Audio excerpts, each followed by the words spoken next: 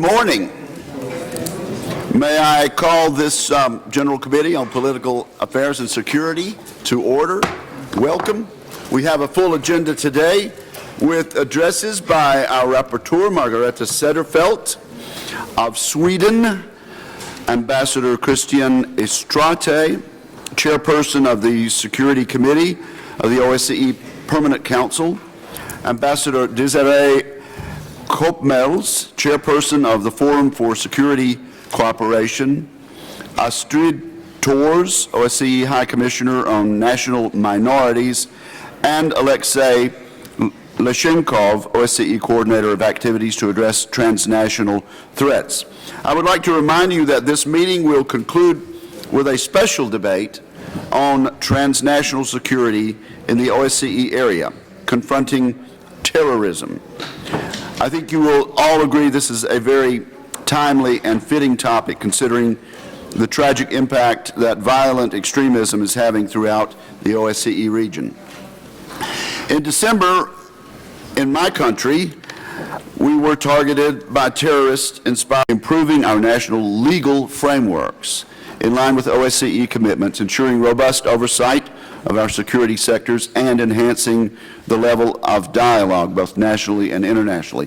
I know that our committee rapporteur, Ms. Cederfelt, is working hard on a constructive resolution addressing these issues to be presented at the annual session in Tbilisi this summer. The declaration we adopted last July serves as a reminder of the importance of continuously enhancing interparliamentary dialogue on topics related to the OSCE's political and security dimensions.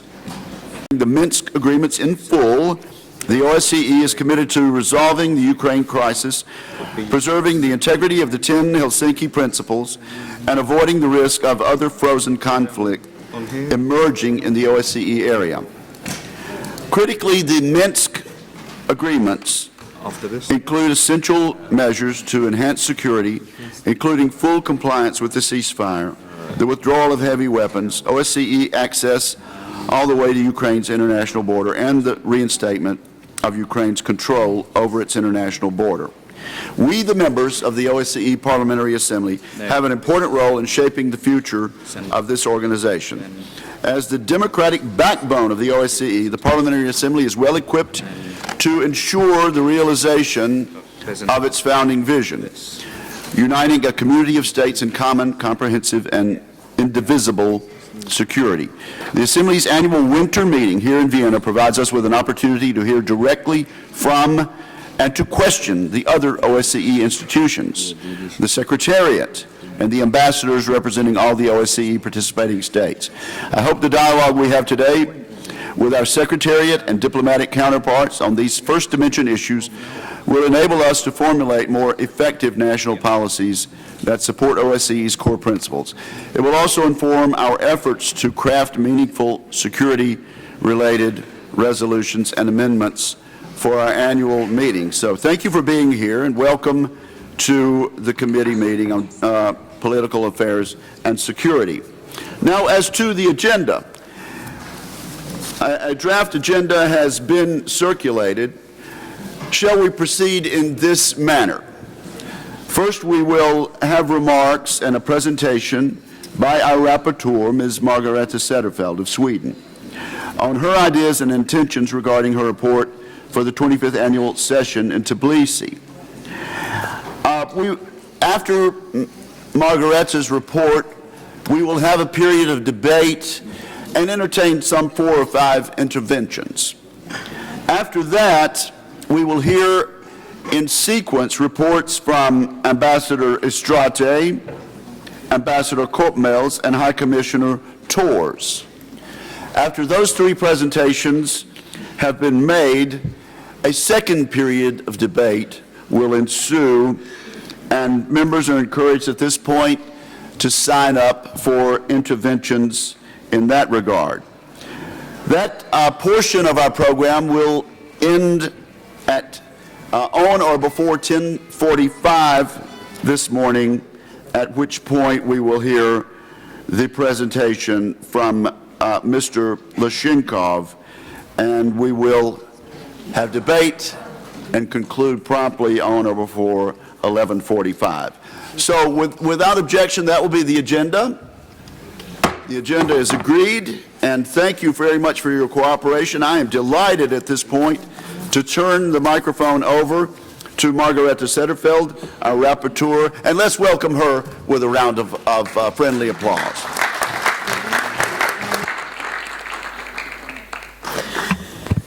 Thanks, Mr. Chair. Dear colleagues, it's a pleasure to be here today and present my first thoughts about the report and the amendments for the summer meeting. And I do look forward to take part of your comments, reflections and input, because those are very essential to do the final report. As I said, it will be the outline, the first parts I will present for you. Now, in its fifth decade, the OSCE continues to evolve and establish itself as the primary forum for transatlantic and Euro-Asian dialogue in the spheres of security, economics and environment, as well as human rights. And therefore, the implementation of the OSCE commitments is an essential element for peace, security, stability in the OSCE region. And we all know that the situation these days is not as before. There is a high level of tension, there is a high level of untrust, and there is a high level of conflict. But there is also, what should I say, good possibilities for the future. Because when people meet, when people have the debates and negotiate, there will be a better future.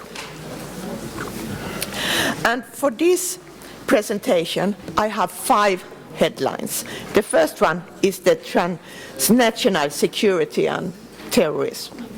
The second headline is crisis in and around Ukraine. The third one is the protracted conflicts.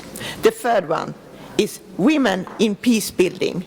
And the fifth one is link between security and democracy. And I will first start with the first headline, the transnational security and terrorism.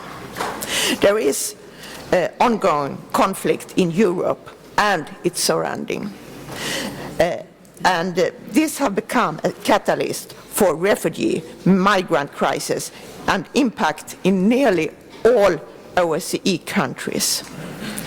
And unfortunately, we have seen that people are victims for the terrorism. And we could also see that the people try to fly from the terrorist activities. And this has led to the politicization of the crisis, and while acknowledging its core humanitarian concerns. And therefore, it's very, very important that we look not at the human aspect, but we will look at the political aspect, go to the bottom with the background for the migrants, because everyone has the right to live a secure world, but there must be a background that allows that. And we should also not forget the root of the threat, the terrorism. We have seen that the radicalization in all its forms has become more widespread in most of the OSCE countries. And we have also seen that young people take part in terrorist attack, especially in Syria. And we do also see that there needs to be a further cooperation to strengthen the dialogue with origin, transit and destination countries. And OSCE needs to develop new ways to move the partnership with the Mediterranean partners for cooperation forward. And as I see it, this is one of the very critical issues for the future of several of the OSCE countries and also for the relation in OSCE. The second theme is the crisis in and around Ukraine. The crises have been ongoing for several times, and it's very, very important that we work for a full implementation of the Minsk agreement, so the violence of Russia against Ukraine stop. We have to find a way to strengthen our role as a facilitator, but there needs also to be a dialogue between the parliaments, the parliamentarians, and we have to exchange the view of best practice. And there needs to be a healthy dialogue, and it's crucial for the rebuilding of trust in the region of Ukraine and to strengthen the broader cooperation in areas that are in conflict. And there need to be a more of arms control and political and military exchanges. The third item is the protracted conflicts. As outlined in the German OSCE chairmanship priorities for 2016, an emphasis will be placed on crisis and conflict management. And this will apply in particular the protracted conflicts. I will mention some of them in Moldova, in the South Caucasus, and the Nagorno-Karabakh region. And in my view, the OSCE should strengthen its commitment towards solving the protracted conflicts in the region by means of its current negotiating formats and mechanisms. And OSCE should provide an increased opportunities for NGOs, because we have seen that the civil society can take a huge part to stabilize and to build bridges and solve conflicts. And OSCE should also try to find ways to cooperate with the civil society, with the NGOs. That could be a new way for us to improve our work for peace building and to find a solution on the protracted conflicts. My third point is women in peace building. According to the UN Resolution 1325, women, peace and security could be a very, very important tool for us to include women in the important work of preventing and resolving conflicts. And 2004, there was a OSCE action plan for the promotion of gender equality, and it did also include women in politics and crisis management and post-conflict reconstruction as priorities in the areas of OSCE efforts. And in the winter meeting 2014, the Special representative on gender issues here in OSCE, Ms. Heidi Fry from Canada, highlighted the skills and perspectives of the Ukrainian women, and their experience could be crucial and a very good service, a very good practice and implementation of OSCE commitments in their countries during the current violence on Ukraine. And the fifth headline is the link between security and democracy. One of the very, very strengths of OSCE and the issue that we are well known for and respected is our work with democracy, our election missions. But it's also time for us to tighten our work between security and democracy. If there is a lack of democracy, it's very difficult to keep the trust for the society. It's difficult to work for the increased level of security and all items that belongs to this. And I think that OSCE PA has the democratic element needed for oversight of our organization's course of action and decision-making process. And as parliamentarians, we are very well equipped to take part in this process and to increase the level of the OSCE activity to find the link and to increase the link between security and democracy. And, dear colleagues, I look forward to hearing your input and feedback on my remarks. And I look forward for the 25th OSCE PA annual session in Tbilisi. And I look forward to our debate here today. Thanks.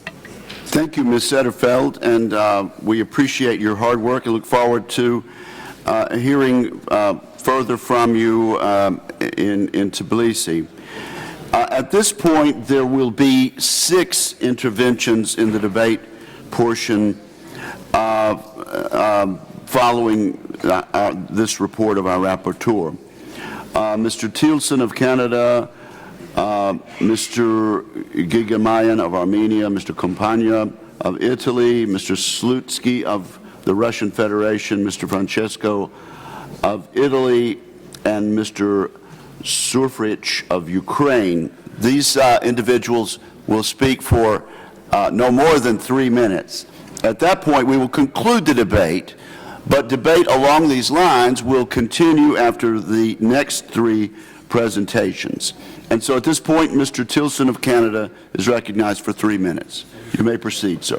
Good morning, Mr. Chairman. I want to express my deep concern with the proliferation of violence in eastern Ukraine.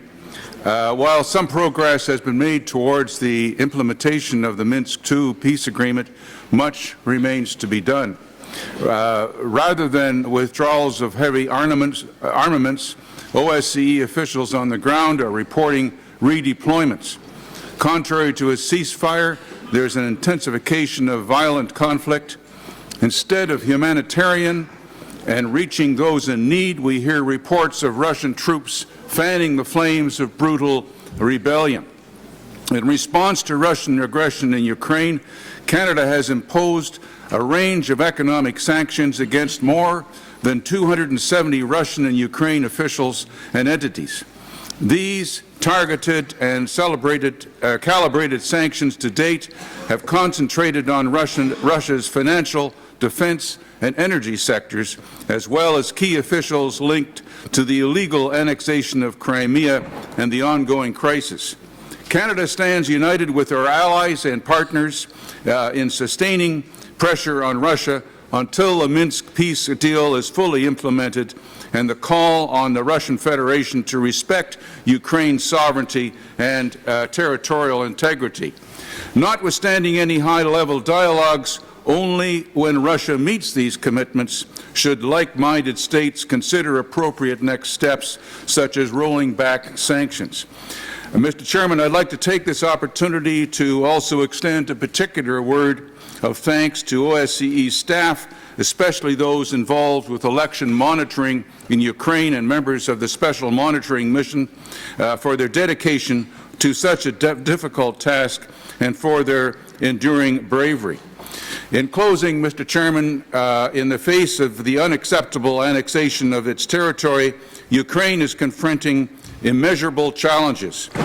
Canada will continue standing by Ukrainian people in their efforts to build a peaceful and prosperous nation. My question to Ms. Setterfeld is whether she would be prepared to elaborate on how she is planning to address the situation in Ukraine in your report this year. Thank you very much, Mr. Chairman. Thank you very much, Mr. Tilson. I think our rapporteur will respond collectively to any number of questions that might arise during this initial part. Thank you also, Mr. Tilson, for recognizing the outstanding work of our OSCE staff. The chair now recognizes Mr. Gegemayan of Armenia. Уважаемый господин председатель, сенатор Уикер, прежде всего хочу выразить вам благодарность за вашу неизменную готовность предметно обсуждать с каждой из делегаций животрепещущие проблемы не только региона, но и ареала ОБСЕ в целом. Касаясь проекта доклада госпожи Седерфилд, я всецело поддерживаю ту часть вашего доклада, третью тему, где вы указали на необходимость привлечения гражданского общества к урегулированию конфликтов и налаживанию диалога между разными сторонами, конфликтующими сторонами. Армения всецело поддерживает такой подход, но как вести диалог гражданского общества, если у нас закрытые границы с Турцией, а диалог между нашими обществами, он востребован, и Азербайджаном, и это продолжается 24 года. Что касается Турции, скажу и следующее. Еще в 1982 году была принята Всемирная конвенция ООН по морскому праву, которая вступила в действие в ноябре 1994 года. На 2010 год 150 стран подписались под этой конвенцией, где черным по белому указано, что страны, не имеющие выхода к морю, пользуются правом беспрепятственного транзита через третьи государства, имеющие выход к морю. Так вот, Турция нарушила и эту конвенцию. И это несмотря на то, что в 2009 году в октябре Армения парафировала соглашение об установлении дипломатических связей и нормализации отношений с Турцией. Честно говоря, я мог бы еще строже привести факты, но воздержусь, скажу почему. Вчера в 18:53 авторитетный азербайджанский сайт Хакиназе напечатал информацию, заголовок которой о следующем. Эрдоган поддержал Джебхат ан-Нусру. И где говорится, что Эрдоган выразил неудовлетворение тем, что Соединенные Штаты Америки и Россия в своем заявлении указали на недопустимость переговоров и включения в диалог две явно террористические организации ИГИЛ и Джебхат ан-Нусру. Причем это не воля Америки и России, а это решение Совета Безопасности ООН. Исходя из этого, как говорит российская поговорка, нет худа без добра. Может и к лучшему, что граница с Турцией закрыта, потому что еще год назад я предупреждал о том, что боевики ИГИЛ и Джебхат ан-Нусры через территорию Турции и Азербайджана придут на линию противостояния Нагорно-Карабахских вооруженных сил и Азербайджана. Спасибо за внимание. Thank you very much. Mr. Compagna of Italy.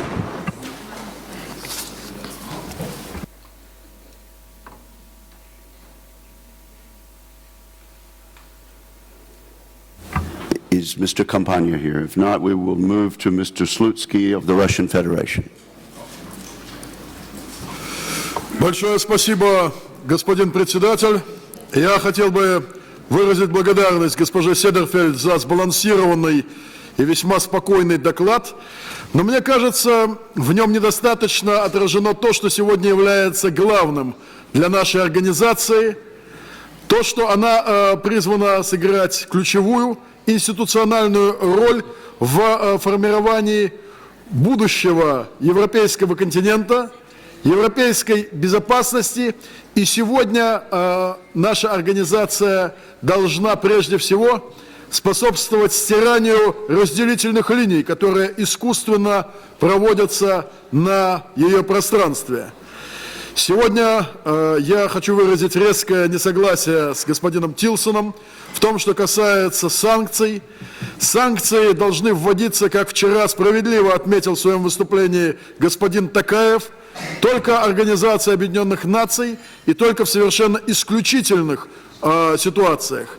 Мы должны искоренить на нашем пространстве, в то время, когда мы вместе должны заниматься безопасностью Европы, любые санкции, кем бы они ни были, как выражался господин Тилсон, тщательно откалиброваны. Что же касается санкций против парламентариев, то введение подобных санкций противоречит самой природе парламентаризма, поскольку парламентская дипломатия сегодня призвана дополнять дипломатию официальную и служить подлинным средством, инструментом общения между народами наших стран. Что касается ситуации на Украине, что касается так называемой аннексии Крыма, 97% крымчан воспользовались правом на самоопределение, установленным в Уставе Организации Объединенных Наций. А подлинная аннексия Крыма была осуществлена в 1991 году после распада Советского Союза. Нам стоит прекратить заниматься необоснованными нападками друг на друга. Мы поддерживаем инициативу делегации Германии о том, что нам нужно проводить на эту тему специальные семинары, но нам необходимо прекратить практику взаимных нападок и санкций, которые изнутри подтачивают нашу организацию.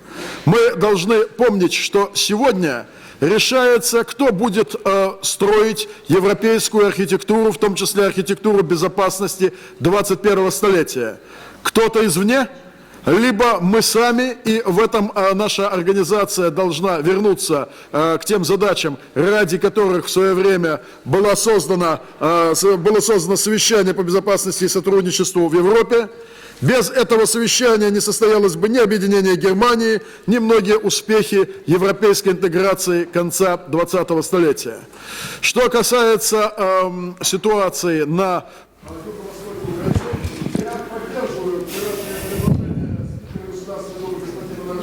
о том, что мы должны увеличить количество членов специальной мониторинговой миссии ОБСЕ до 1000 человек. И я хотел бы сказать в завершение, что мы не должны впадать ни в санкции, ни в какие-то расследования, которые не свойственны для нашей организации. Мы должны противодействовать тому страшному злу, которое идет от исламского государства, но не просто сотрясением воздуха, а просто закрытием турецко-сирийской границы. И мы должны прилагать все усилия, наши страны, наши парламенты, к тому, чтобы это решение было твердым и никоим образом не пересматривалось и не нарушалось на практике. Мы должны способствовать тому, чтобы наше сотрудничество было сбалансированным и способствовало реальной безопасности в Европе 21-го столетия. Спасибо. Thank you, Mr. Slutsky. Our next intervention will be from Mr. Francesco Monaco of Italy. Is Mr. Monaco here? No, they are not here. If not, we'll move to Mr. Nestor Sufrage of Ukraine. Mr. Sufrage. Thank you, Mr. Chairman. Спасибо, госпожа докладчик, госпожа Садрефельд, вы уделили значимое внимание ситуации в Украине, и это понятно. В вашем 4-м пункте вашего доклада как раз говорилось об Украине. Как человек, который имеет прямое отношение к организации первой встречи контактной группы Украина-Россия ОБСЕ с представителями ДНР, ЛНР 23 июня 2014 года, я могу вам сказать о своей глубокой обеспокоенности самой возможностью реализации Минских соглашений. Еще в июле 2014 года я со своим товарищем Виктором Медведчуком, которые ходили в группу по организации первой встречи контактной группы ОБСЕ Украины с представителями ДНР, ЛНР, дали свои предложения, значимая часть которых в той или иной мере отражена в Минских соглашениях. И мы тогда еще говорили, что единственным возможным выходом из сложившейся ситуации является внесение изменений в Конституцию и в законы Украины. Хочу обратить внимание, что в момент первого перемирия, которое продлилось, к сожалению, только 10 дней, погибших было 74, инфраструктура Украины была полностью эффективной и работоспособной, гривня была на уровне 9 гривен за доллар. Сегодня 30 гривен за доллар. Люди обнищали в 6 раз. Запомните эту цифру. Минимальная зарплата и минимальные стандарты у нас 56 долларов против 150 2 года назад, а средняя зарплата по стране менее 150 долларов при 480 2 года назад. Это результат единоличного решения Порошенко от 30 июня 2014 года выйти из перемирия и попытаться решить этот конфликт в военный способ, последствия которого мы имеем. Хочу обратить внимание о саботаже украинской власти, реализации Минских соглашений. Даже те изменения в Конституцию, которые сегодня предложены, отмечены в 27 статье заключений Венецианской комиссии от 26 октября 2015 года, как такие, которые не соответствуют достигнутым в Минске соглашениям. Почему власть саботирует сегодня реализацию Минских соглашений? Причина одна. Она мародерствует на военном конфликте, собирая политические дивиденды и финансовые дивиденды. Кроме того, она спекулирует на этом конфликте, втягивая всех вас. Поверьте мне, в Украине сегодня основная масса людей, которые взяли в руки оружие, это украинцы. И они сегодня защищают свои права в тот способ, который им доступен и который продемонстрировал Киев. И мне, если то, что я говорил год назад в этом уважаемом представительстве, уже сегодня говорит госпожа Меркель, господин Обама, Олланд и другие европейские лидеры. Господин Байден, выступая в парламенте, призвал парламент принять непопулярное для отдельных политических сил решение о реализации Минских соглашений, однако все это проигнорировано. Я уверен, эта власть не в состоянии реализовать Минские соглашения, будет втягивать вас в дальнейший конфликт и будет при этом еще доить ваши деньги. Спасибо за внимание. Thank you very much. At this point, I think it is appropriate to have our Rapporteur respond briefly to some of the comments and questions that have been raised in the debate so far. So, Margareta, what do you have to say? Thanks, Mr. Chair. Sorry. Dear colleagues, thanks for your very, very important comments and questions. I will try to give my comments on your remarks. And the first one from Mr. Davis from Canada. I do totally agree on you about the situation in Ukraine. As OSCE, we have no muscles if you talk about sanctions, if you talk about military actions. Our strength is the dialogue. Our strength is the work for democracy. And that's what I will focus on. What we could do is to underline that the Minsk agreement should be implemented. It's no doubt there is an agreement, but how could we support the implementation of the Minsk agreement? That was Ukraine. And then it was the question from Mr. Gagaman from Armenia. I look up on this issue like we should work with our tools. It's very important because it's a protracted conflict, just as others in the OSCE region. And we should use our tools as parliamentarians. And I believe that it's not only diplomats or the government who can act and should act. As parliamentarians, we have a very important role here. We are elected of our people, and we should do what we can to fulfill our obligations. And I think I will stop with this, and I say once again, thanks again for your comments, and I look forward to see all of you in Tbilisi.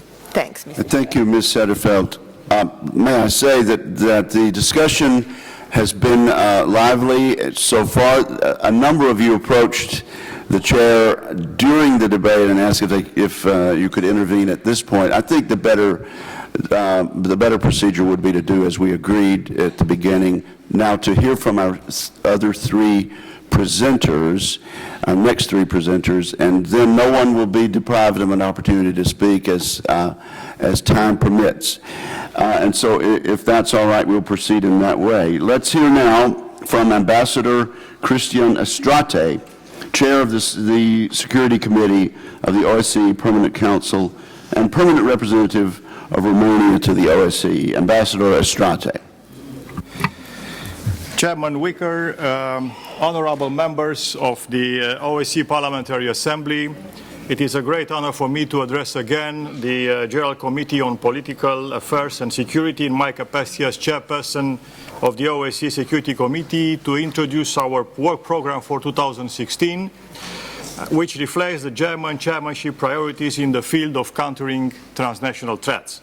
Since my presentation last year, the overall political and security situation in the OSCE area continued to raise serious concerns.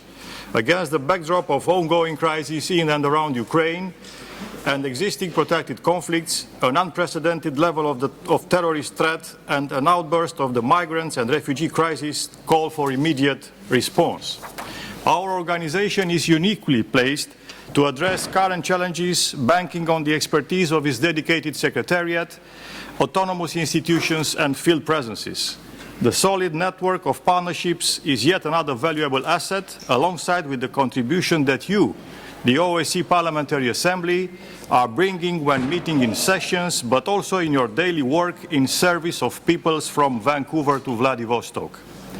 The 2015 Helsinki Declaration of the Parliamentary Assembly, which recalled the fundamental values and principles of the OSCE, is a beacon of inspiration for our endeavors. From this perspective, the special focus on migration of this winter meeting is most welcome, as it provides an excellent and timely opportunity to address such a major development. The OSCE comprehensive approach to security, encompassing politico-military, economic and environmental, as well as human dimensions of security, provides a platform for dialogue and interaction on migration-related issues. Building upon the work done last year, the Security Committee will debate the potential of regional cooperation in addressing illegal migration, security-related challenges, and also the nexus between trafficking in human beings and illegal migration, bearing in mind the importance of promoting human rights compliant approaches. In my view, the OSCE could add value through banking on existing expertise related to border management, policing, countering transnational organized crime, and its connection with trafficking in human beings and smuggling of migrants, in order to encourage fullest implementation of respective commitments undertaken by participating states. We need the support of national parliaments in this regard. Mr. Chairperson and distinguished audience, the Ministerial Council in Belgrade confirmed that terrorism remains a prevailing concern for participating states and their citizens, and called to step up efforts to counter this scourge. The declarations adopted in Belgrade on preventing and countering violence and reinforcing efforts to counter terrorism add to existing commitments on foreign terrorist fighters and the kidnapping for ransom adopted in Basel, and complete the picture of the OSCE acquis. The Parliamentary Assembly's work last year reflected also the preoccupation for the unprecedented growing threat of terrorism and radicalization.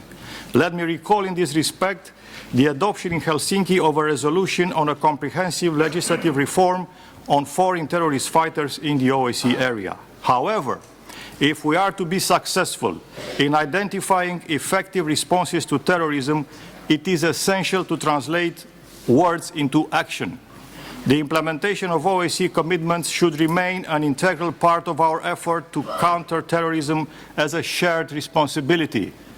Last year, I informed you about the Security Committee undertaking a concrete role in supporting the implementation of commitments through voluntary reporting by the participating states. We are going on with this exercise this year, while drawing a synopsis of best practices out of it, which should reinforce action in this field. The Parliamentary Assembly and its members are in a unique position to promote the implementation of OSCE commitments at national level. Your legislative and oversight functions are part of our strength, the same way the work with civil society gets us closer to reaching out to people with the message of countering radicalization. Besides migration and terrorism, cyber issues is yet another important focus area. The OSCE has positioned itself as a frontline actor in adopting confidence-building measures to reduce the risk of conflict stemming from the use of information and communication technologies. Many of us still remember yet another superb example of shared responsibility provided by the adoption of the initial set of OSCE cyber CBMs back in 2013, which was encouraged by the Parliamentary Assembly resolution on cybersecurity passed at the Istanbul annual session. Earlier this month, following intensive work by the German chairmanship and the US chair of the informal working group, participating states reached provisional agreement on cyber CBMs additional to the ones adopted in 2013. This highlights a common understanding of the need to advance the OSCE work to the benefit of transparency, cooperation and stability. Following chairmanship priorities, the Security Committee is going to address the cross-dimensional nature of cyber issues as well as the broader perspective of preventing crises related to the use of ICTs. Besides these key priorities, we shall tackle other topics of interest, such as security sector governance and reform, confidence building through intelligence-led policing, or countering illicit drugs. This is to say, by way of conclusion, that the Security Committee stands ready to provide a substantive contribution in support of fulfilling the OSCE mandate on countering transnational threats. I hope that our debate will send a clear, strong message about the joint determination to respond effectively and efficiently to present challenges. In times of uncertainty and unrest, the OSCE spirit of dialogue and cooperation is needed more than ever. We must listen to each other and work in synergy between governments and parliaments in order to live up to expectations people from Vancouver to Vladivostok placed in this organization. We should not fail. Thank you. Thank you, Ambassador Estrate. It is now my pleasure to introduce Ambassador Desiree M.J. Koopmels, Chairperson of the Forum for Security Cooperation and Permanent Representative of the Netherlands to the OSCE. Madam Ambassador. Thank you, Chairman. Ladies and gentlemen, it is a great pleasure and honor to address you today. During the first trimester of 2016, the Netherlands holds the chairmanship of the OSCE Forum for Security Cooperation. During our chairmanship, we organized several security dialogues around issues that are, in our view, important and relevant to discuss by the FSC in view of the current security situation in Europe. We asked renowned speakers to address the FSC on topics such as sub-regional military and defense cooperation and arms transfers and arms transfer controls reporting instruments. We continue to put a great emphasis on gender equality in armed forces as well as field missions, to which end we have invited NATO Secretary General's Special Representative for Women, Peace and Security, Ambassador Schuurman, and Gender Advisor at the OSCE Special Monitoring Mission in Ukraine, Mrs. Stavatsky-Latze, to speak on defense capacity building with a gender perspective. Apart from these security dialogues, we also welcomed the Minister of Defense of Georgia at a special FSC meeting this week. As you may know, the 7th OSCE High-Level Military Doctrine Seminar also took place this month under our chairmanship. This seminar is organized only once every 5 years, and therefore it is a rare occasion for high-level military-to-military contact, and it is especially significant at a time when such contacts have greatly decreased. I'm pleased to say that we have welcomed at the seminar a large number of high-level military and civilian representatives of OSCE participating states and partners for cooperation, which in itself is a notable achievement. We have also heard presentations and interventions on Europe's security situation and current and future challenges in the context of updating military doctrines from across all of the OSCE region. And yes, different, at times very different views were expressed.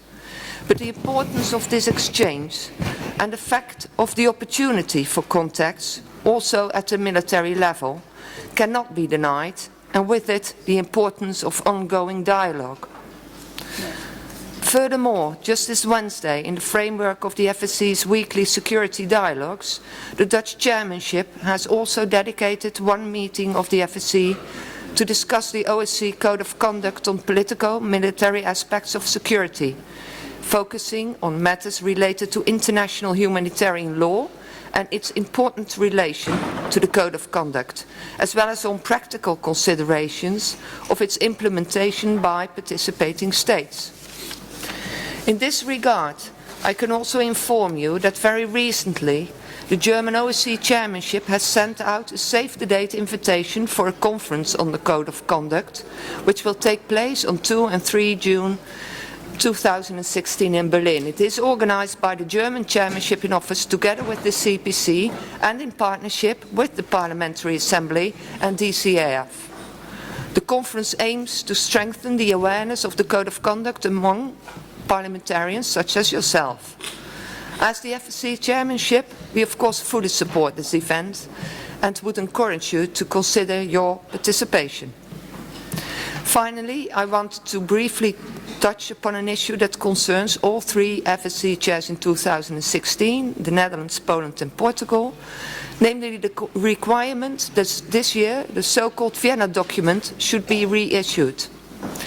As you know, the Vienna document exists since 1994 and consists of a large number of politically binding security and confidence-building measures among the 57 participating states, providing inter alia for inspection, evaluation and observation visits, and containing important risk reduction mechanisms. Under our chairmanship, the first discussions on reissuance have started. Under the current circumstances, this won't be an easy ride. But it's an important task to adapt the document to today's security requirements and make sure it remains a vital instrument to foster more transparency and predictability in the OSCE region. And in concluding, Chairman, once again, as Chair of the FSC, but also as representative of a participating state, I cannot but stress that ongoing dialogue on all of the different issues I have just mentioned as part of the FSC's remit remains key. The OSCE continues to be a platform for such dialogue, also in these dire times, and needs all of our genuine engagement, as ongoing dialogue is a prerequisite for rebuilding confidence across the OSCE region. I thank you. Thank you very, very much, Madam Ambassador. It is now my pleasure to present Ms. Astrid Thors, OSCE High Commissioner on National Minorities. High Commissioner Thors, you may proceed. Mr. Chair, honorable members, ambassadors, dear ladies and gentlemen, I'm honored to address you again. And 1 year ago, when I addressed the committee, we discussed the ongoing conflict in and around Ukraine. And last year, I also raised with you a few worrying, more general trends relevant to my mandate that I had observed in the OSCE area. I drew your attention to aggressive nationalism and polarized ways of defining societies that risk to endanger the coexistence of different groups. Furthermore, I highlighted my concern regarding the growing instrumentalization or misuse of national minority issues for vital political purposes. All these issues continue to be of serious concern for my institution. But today I will focus on three other newer issues relevant to the work of this committee and to that of my institution. I will highlight some issues that, if not addressed properly, may contribute to ethnic tensions in the OSCE area, namely the current refugee and migration crisis and the ways societies deal with historical narratives. Finally, as I believe the United Nations Sustainable Development Goals can offer useful tools for the OSCE, including in relation to national minorities, I will conclude with a few words on Agenda 2013. Let me begin with migration. I will, of course, address it from the perspective of my institution and the mandate. As you are aware, the High Commissioner on National Minorities has been stipulated as an instrument of conflict prevention at the earliest possible stage. The task is to identify and seek early resolution of tensions involving national minorities that could threaten peace and stability within and between OSCE participating states. With regard to the current refugee and migration crisis, I monitor closely the implications that the ongoing movement of people and related migration management policies may have on inter-ethnic relations in participating states from a conflict prevention perspective. I would like to draw your attention to the effects the current migration crisis could have also on part of the OSCE area, particularly the Western Balkans, which has been the route that most of the 1 million migrants making their way to Central Europe in 2015 used, frequently risking their health and lives both at sea and on land.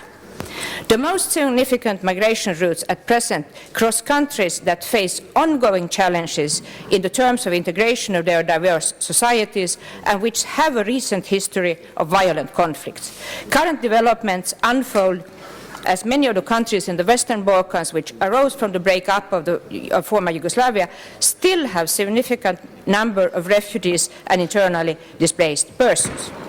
One of those countries, namely the former Yugoslav Republic of Macedonia, has also been the subject of the first early warning by my institution, and only 2 have been issued during 22 years. In 1999, High Commissioner Max van der Stoel issued an early warning stating that destabilization could occur unless the international community significantly increased its effort to help the former Yugoslav Republic of Macedonia that was facing a massive influx of refugees amounting to 10% of its population. He called for more resources for UNHCR and for a concerted effort to resettle refugees.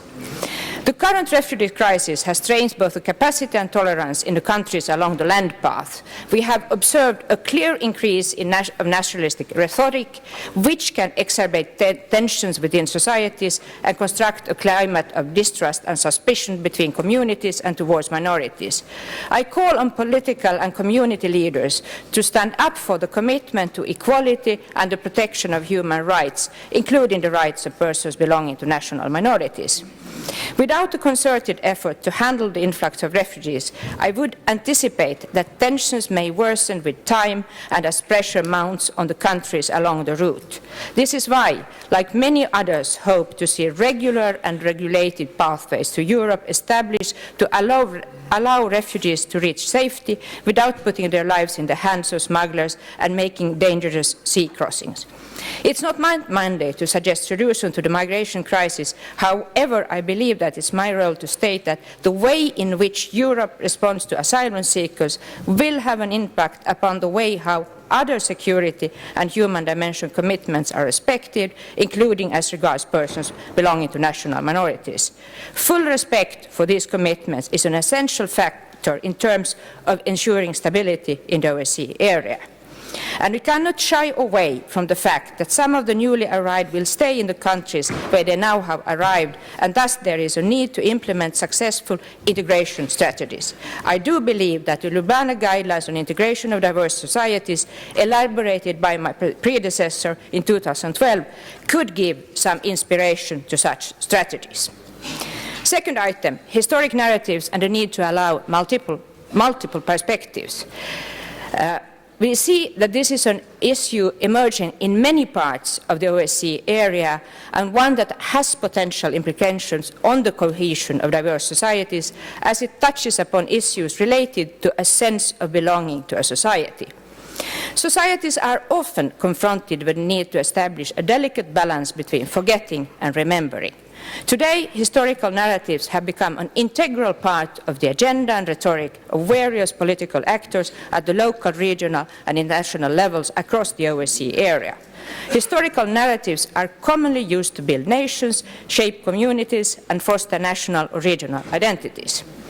Decommunization policies or other memory policies address issues that can be particularly controversial in societies challenged by divisions based on ethnic, national or linguistic backgrounds, religion or political ideology, and in societies in which indigenous peoples, minorities or other groups have been excluded from the process.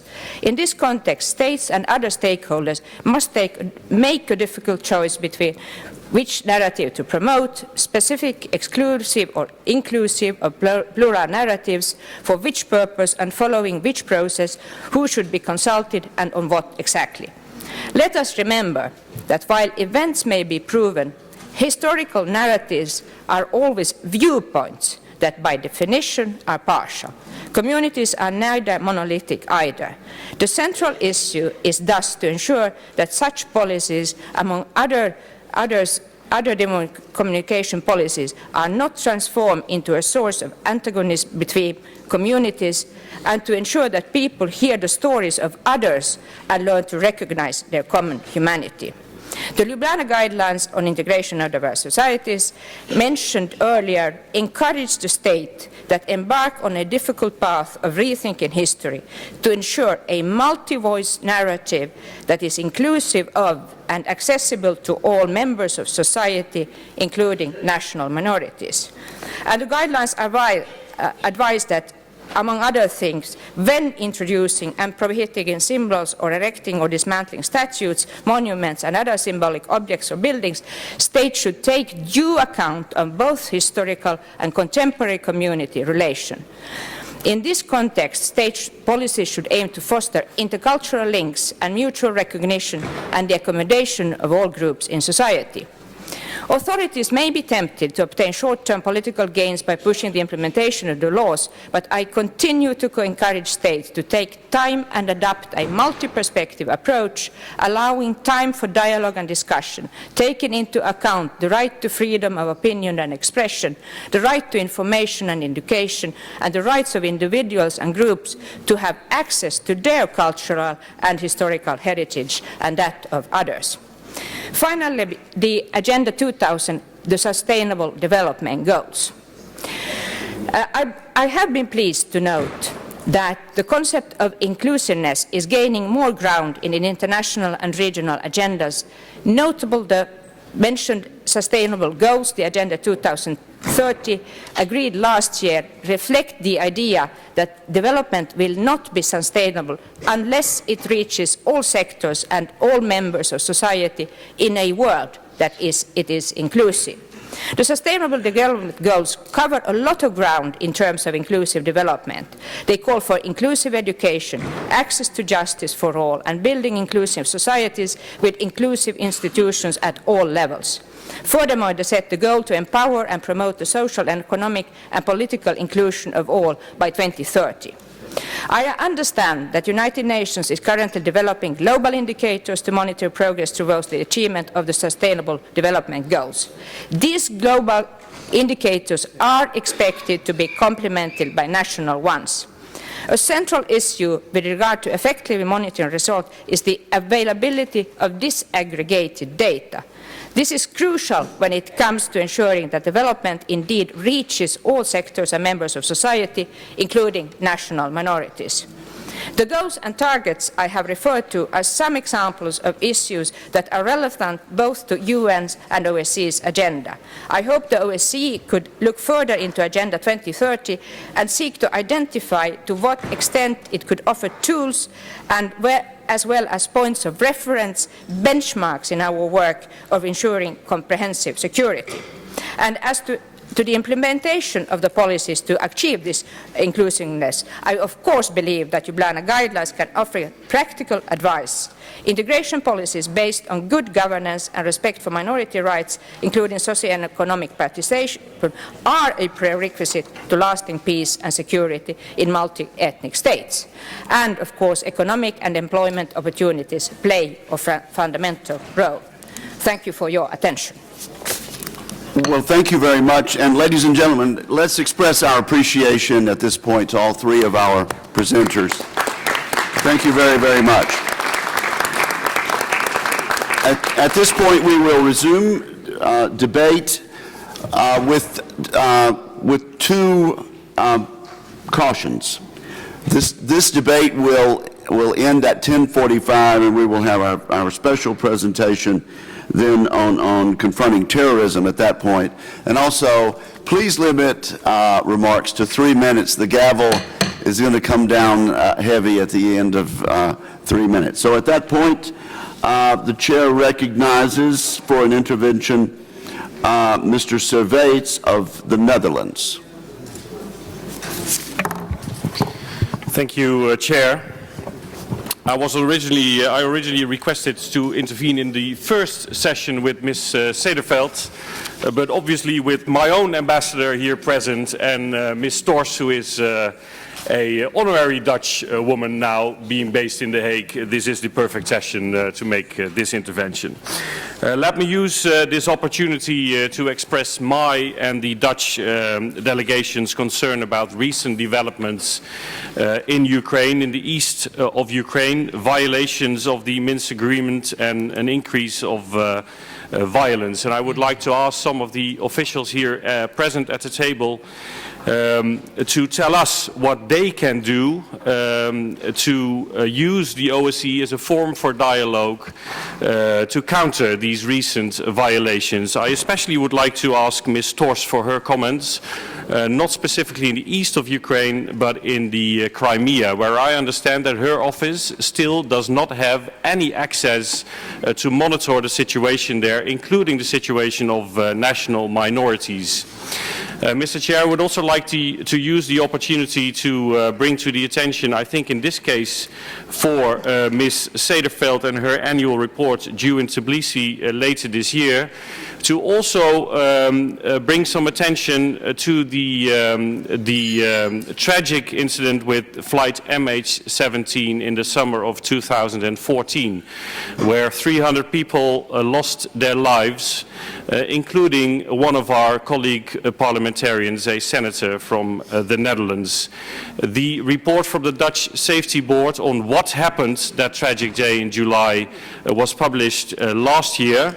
But the maybe even more important report from the joint investigation team on who is responsible for the downing of this plane will be published later this year. And I would like to use this opportunity to call upon all OSCE members, including parliamentarians, to cooperate with this vital element of the process that is now about to begin, to contribute to bringing those responsible for the downing of flight MH17 to justice. And my request to Ms. Sederveld is to include this call upon all OSCE members in her annual report. Thank you very much.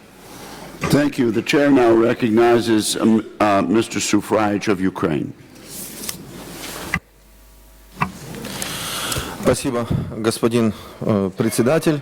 Я не хочу уподобляться известному римскому политику и государственному деятелю Катону Старшему, но повторю то, что говорил год назад, о том, что украинская власть, к сожалению, не будет в состоянии реализовать Минские соглашения. Хочу напомнить еще раз, что 30 июня Петр Порошенко, президент Украины, верховный главнокомандующий, единолично принял решение о выходе Украины в одностороннем порядке из режима перемирия, которое действовало с 20 июня 2014 года, и принял решение в военный способ урегулировать конфликт на Донбассе. Последствия того мы знаем: 6-кратное обнищание жителей Украины.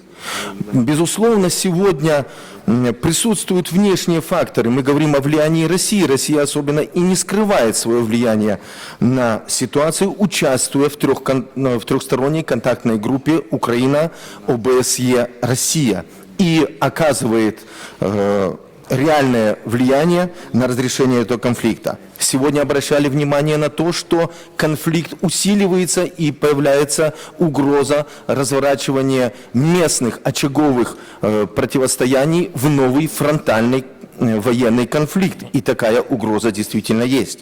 Сегодня ни одна из сторон не доверяет друг другу.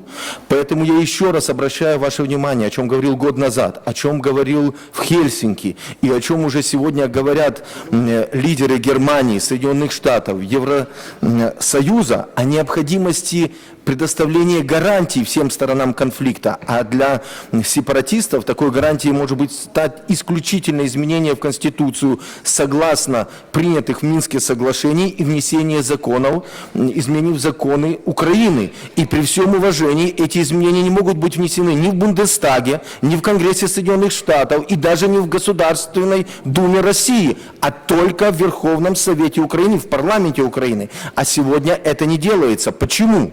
Я еще раз подчеркну, потому что сегодня огромные спекуляции на военном конфликте. Украинская власть боится последствия своего решения от 30 июня о разворачивании этого военного конфликта и перехода в наступление во время реального перемирия. У меня вопрос: почему украинская власть не ратифицирует Римский устав? Почему они боятся ответственности за военные преступления?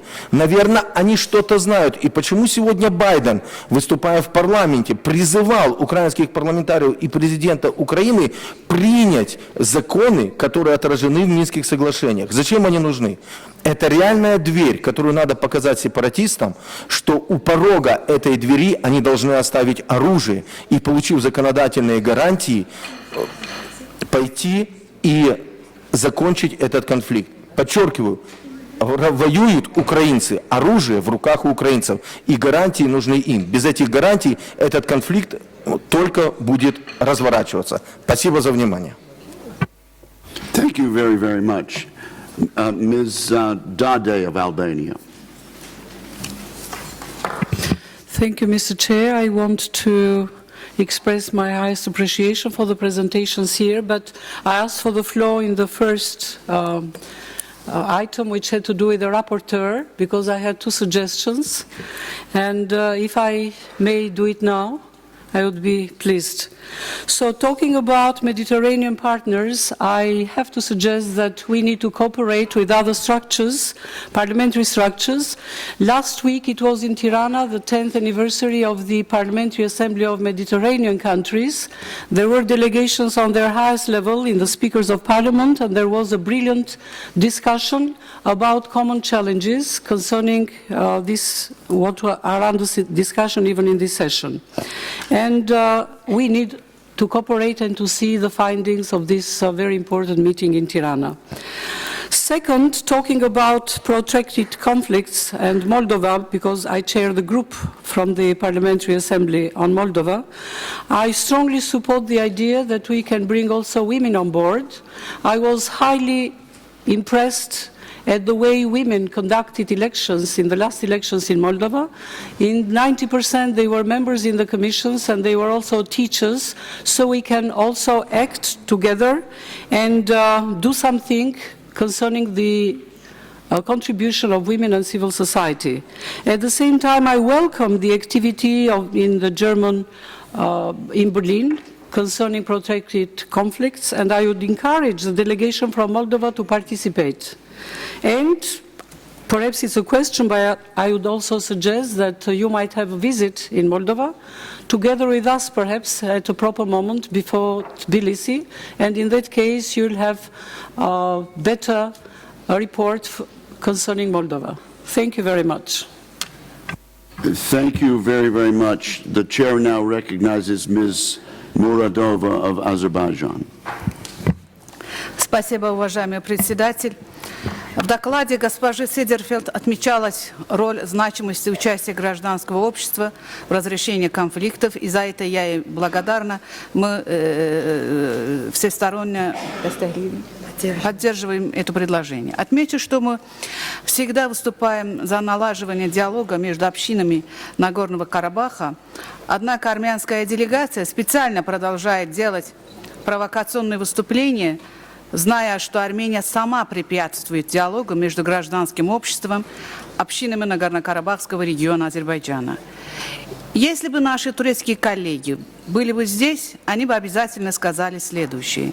Не стоит спекулировать вопросом границ. Нельзя открыть те границы, которые вами не признаны до сих пор, товарищи. Думаю, воспользовавшись отсутствием турецкой делегации, высказывать обвинения в адрес этой страны неуместно.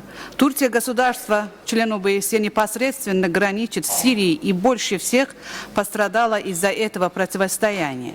И тот вклад, который носит Турция в вопрос проблем беженцев, достоин похвалы. Эта страна сама в последнее время все чаще подвергается угрозе столкновения с террором, исходящего непосредственно из террористических групп с территории Сирии.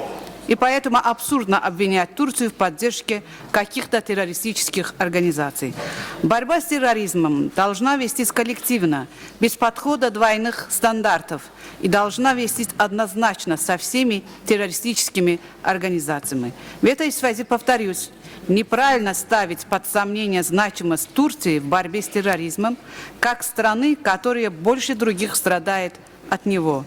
Призываю всех коллег воздерживаться от использования темы терроризма в своих целях и вносить вклад в более активное сотрудничество в борьбе с ним. Спасибо за внимание.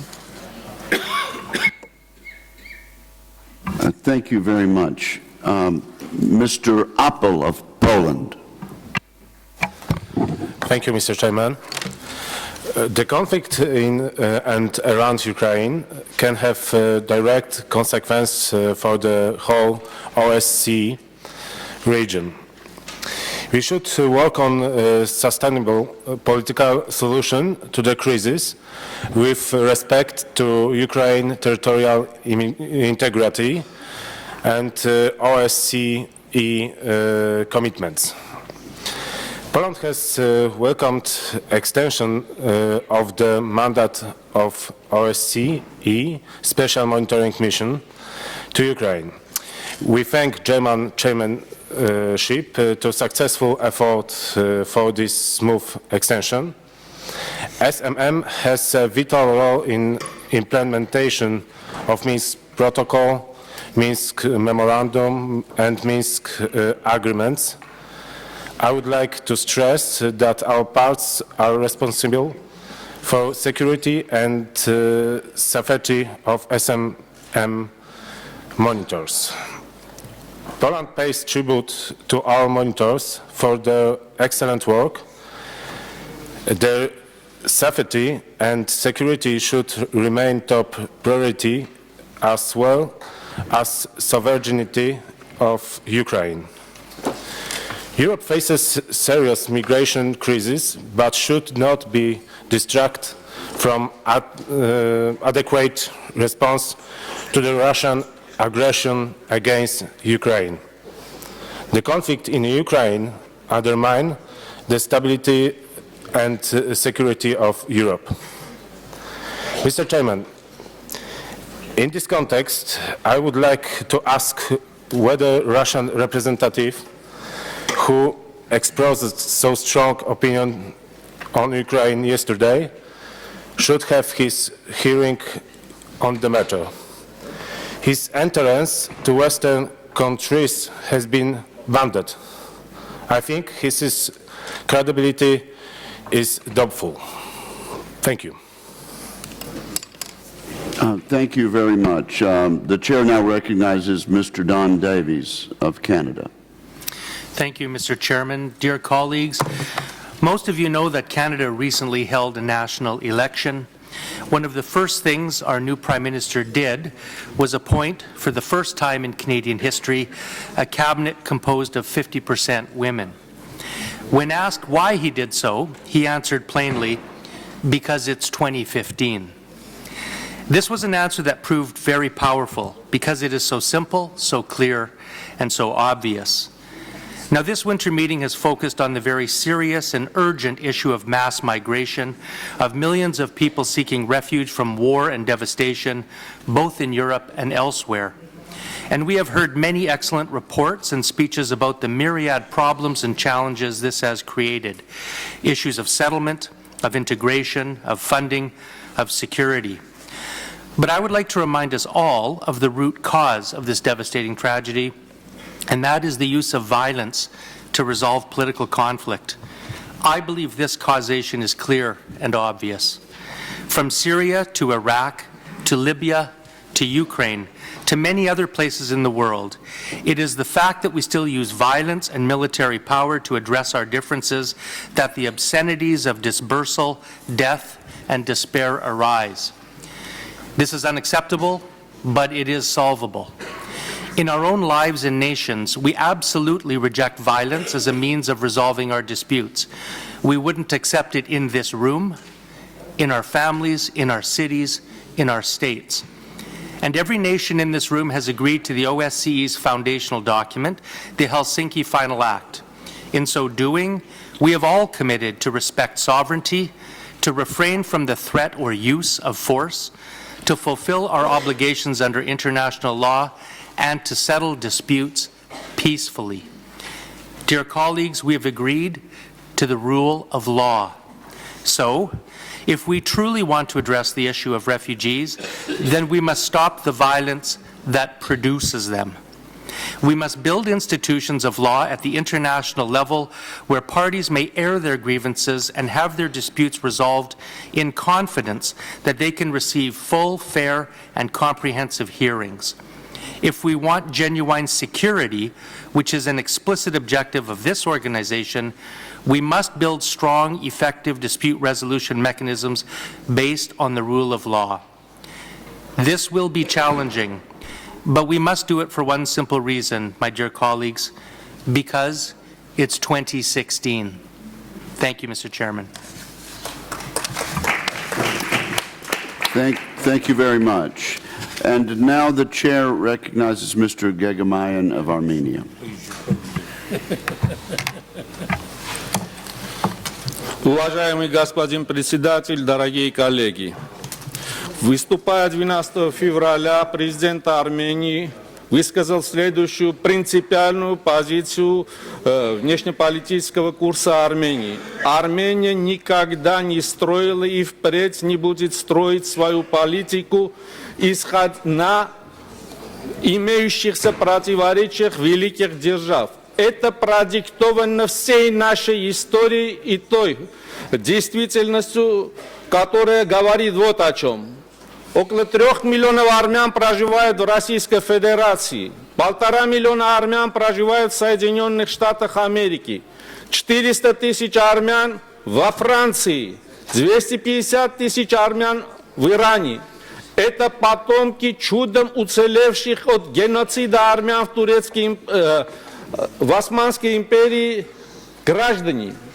Так вот, мы остаемся верным этому курсу, и поэтому я настоятельно просил и сейчас подтверждаю свою просьбу. Надо, чтобы Парламентская ассамблея ОБСЕ поддержала усилия Соединенных Штатов Америки и России, которые привели к подписанию заявления о перемирии и установлении перемирия в зоне сирийского конфликта.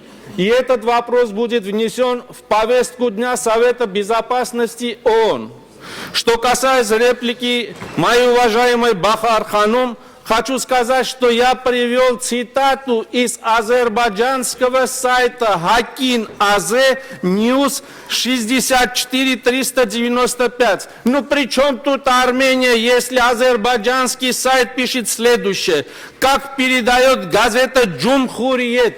Джумхуриет – это турецкое издание. В своем выступлении Эрдоган выразил недовольство тем, что организация Джебхат ан-Нусра не была включена в план пирамиды. То есть мы в очередной раз имеем дело с откровенной ложью, которая навязывается членам Парламентской ассамблеи ОБСЕ. Так далеко мы не уйдем. Нельзя строить политику на амнезии и на лжи. Спасибо. Thank you.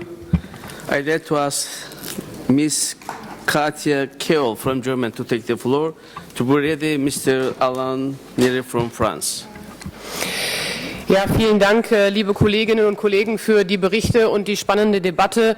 Ich möchte meinen Beitrag eher dazu nutzen, eine tagesaktuelle Entwicklung anzusprechen. Und ich würde mir wünschen, dass auch von unserer Versammlung hier ein starkes Zeichen ausgeht. Wenn wir heute auseinandergehen, wird die Welt mit Hoffnung darauf blicken, ob in Syrien heute Nacht die Waffenruhe, die Feuerpause halten wird.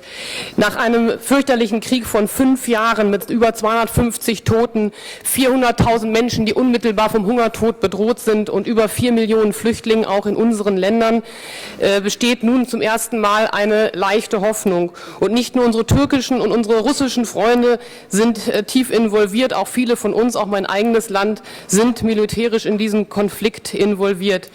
Der Konflikt ist aus meiner Sicht die größte Gefahr für den Weltfrieden seit Ende der Kuba-Krise.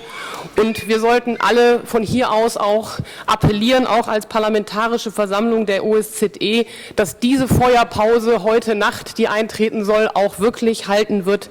Ich weiß, dass wir hier heute keine schriftlichen Beschlüsse fassen können, aber ich bitte das Präsidium zu überlegen, wie wir diese Botschaft von hier aus Wien heraus der Welt zukommen lassen können. Vielen Dank.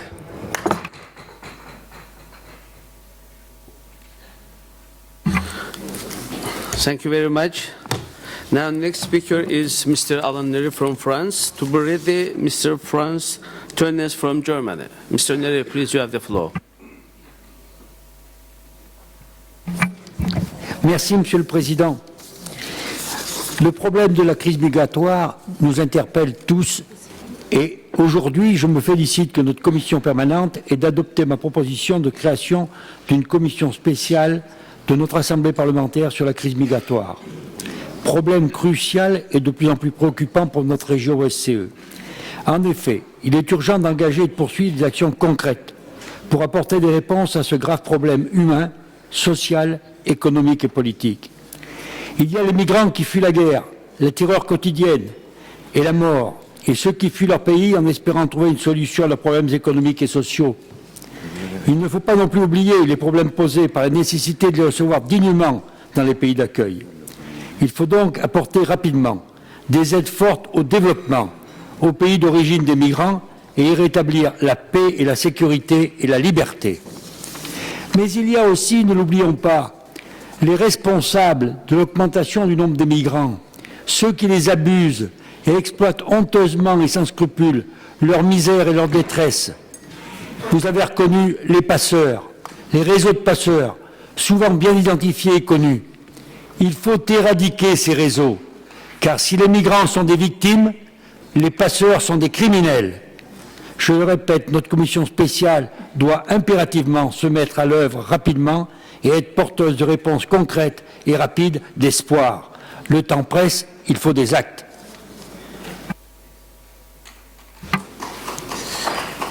Thank you very much.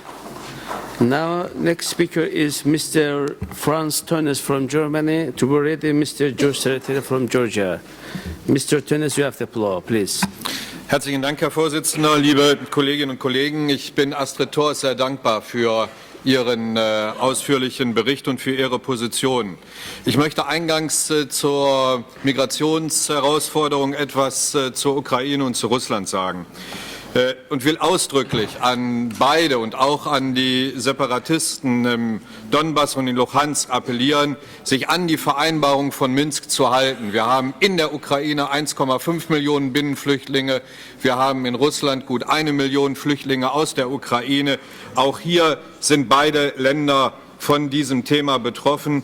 Was aber noch viel wichtiger ist, ich will an die politischen Kräfte, an die Kolleginnen und Kollegen in der Verhofener Rada appellieren, dass ich darum bitte, wieder zu einem gemeinsamen Handeln zu finden, zu einer stabilen Regierung, die auch die Kraft hat und die Ausstattung auch hat, die Minsker Vereinbarungen umzusetzen. Nichts könnte uns mehr schaden, als in diesen Tagen Unsicherheit in der Ukraine selbst zu vermuten. Ich will Astrid Thors voll unterstützen bei ihren Positionen zur Migrationsthematik. Die Lage der Flüchtlingskrise, die Herausforderung ist unsere gemeinsame Herausforderung in Europa. Sie kann nicht nur auf Österreich, auf Schweden oder auf Deutschland konzentriert sein, die im Moment die meisten Flüchtlinge aufgenommen haben. Es ist eine Herausforderung für alle Mitglieder in der Europäischen Union. Wir werden nicht mit nationalen Lösungen mittelfristig zufriedenstellende Antworten finden. Wir brauchen eine gemeinsame Politik der Sicherung der Außengrenzen der EU in Abstimmung mit den Nachbarn der Europäischen Union. Wenn wir die Grenzen schließen, dann werden geschlossene Grenzen uns letztendlich allen schaden. Sie werden insbesondere wirtschaftlichen Schaden für all unsere Länder neben dem menschlichen Leid hervorrufen. Und wenn wir wirtschaftlich fehlen werden, wenn wir wirtschaftlich versagen werden, werden wir auch nicht die ökonomische und die finanzielle Kraft haben, die Flüchtlingskrise zu lösen. Und ich will auch eine Anmerkung machen zu dem, was unsere Nachbarn angeht. Einige werden vielleicht ein politisches Interesse haben, dass Europa scheitert. Das darf nicht geschehen. Europa wird in der Welt nur eine Rolle spielen können, wenn es gemeinsam zusammensteht, wirtschaftlich, politisch, kulturell. Und es darf auch nicht sein, dass Nachbarn versuchen, Minderheiteninteressen zu instrumentalisieren oder Minderheiten zu instrumentalisieren in anderen Ländern, um Instabilität herbeizuführen und gesellschaftliche Auseinandersetzungen. Letztlich will ich damit schließen, dass wir alle eigentlich eine gute Zusammenarbeit und eine gute Kooperation finden könnten mit dem European Center for Minority Issues in Flensburg, das eine ausgezeichnete Kapazität hat, um bei Minderheitenfragen mitzuhelfen, Probleme zu lösen und gute Antworten für eine friedliche Zukunft. Thank you very much. Now I want to give the floor to Mr. George Sereter from Georgia to be ready. Mr. Olim Salimzadeh from Tajikistan. Mr. Senator, you have the floor. Thank you, Mr. Chairman. I'd like to say that the work of the committee is very important. So, again, I'd like to underline active work of Mr. Wicker and Margareta Sederfeld. And I think in Tbilisi, the Tbilisi session will have resolution and declaration which will reflect all the important issues here. And also my colleagues expressed their ideas, and Margareta will pick it up and, as I said, reflect in the resolution. It's very important. But also very important what we already reflected in our resolutions, and it's unfortunately not fulfilled. I'd like to say that we all assess maybe adequately the gravity of the situation currently in the OSCE area and in Europe and in the world. We have crises, we have turmoils, we have wars, conflicts producing more and more migrants, refugees, and resulting in more and more tragedies. But as more we are talking about that in last decade, and we had a lot of meetings, speeches, very motivating, very inspirational. We have resolutions, but look what is the result. Unfortunately, we have, as I said, more trouble. We are more discussing, we are more showing our readiness to act, but we have more trouble. So where is the solution of that? That's maybe a general question, and we could not respond to that right now, but that's food for thought and for the next actions.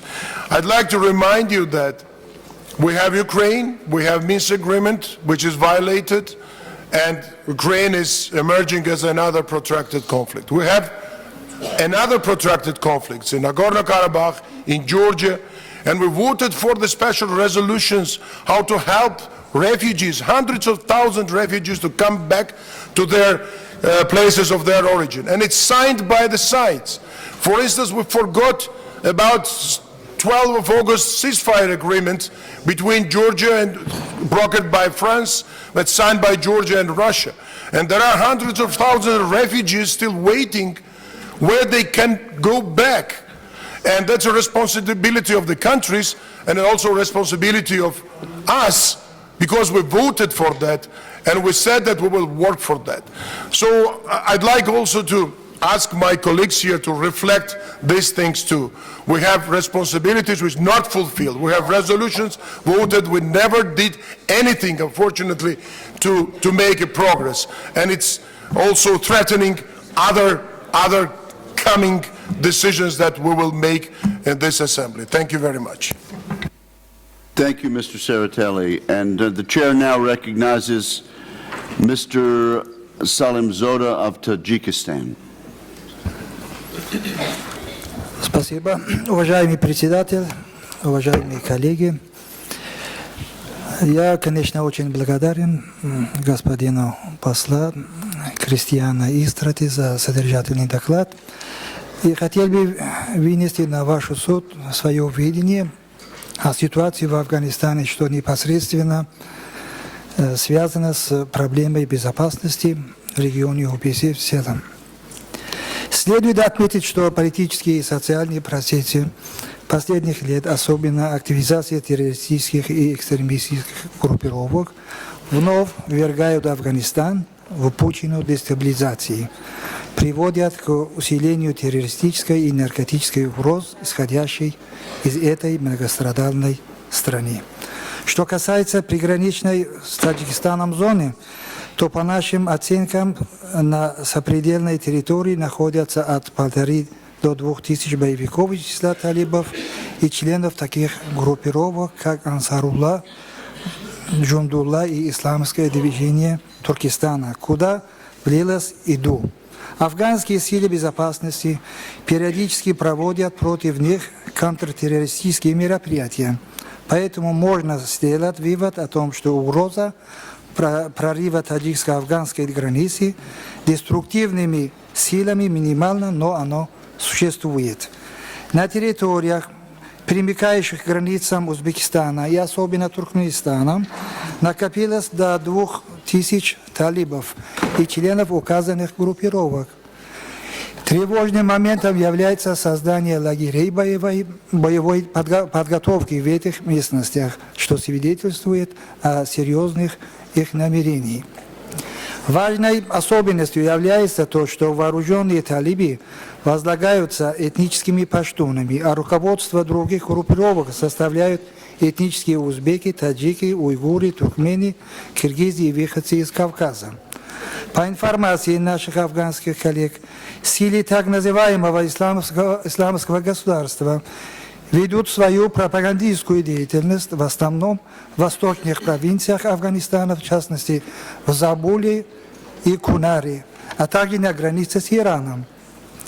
По мнению афганской стороны, появление ИГИЛ в Афганистане связано с стремлением создать новый виток гражданской войны и препятствовать реализации региональных проектов с подключением Афганистана. Тогда как талибы в последнее время демонстрируют свою готовность к мирному диалогу, о чем свидетельствует их согласие на начало переговоров с официальным Кабулом, без предварительных условий. ИГИЛ опирается прежде всего на исламское движение Туркестана. Другая отличительная особенность ИГИЛ заключается в его финансовой состоятельности и в щедром вознаграждении своих сотрудников. Это, в свою очередь, может быть использовано для вовлечения в их ряды подготовленных кадров афганских правоохранительных и оборонных структур, что не может вызвать озабоченность. Мы убеждены, что у Афганистана и международного сообщества, кроме действенного противостояния и подлинной победы над терроризмом, как самой главной и опасной угрозы всему человечеству альтернативы нет. Спасибо. Thank you very much, sir. And now Mr. Azay Guliev, the Vice Chair of the committee. Thank you very much, Mr. Chair, dear ladies and gentlemen. First of all, I'd like to thank all the speakers, particularly to Madam Sederfer for her excellent presentation. And I think the presentation is really enough ambitious, and they has quite clear vision. And Madam Sederfer underlined 5 main areas that needs to be tackled in the coming annual session in Tbilisi. So, taking this opportunity, I'd like to make a few comments and remarks to that point. The first is about the peace-building measures or confidence-building measures that was suggested here. Also, we hear here in the speech of our colleagues touching upon of this issue.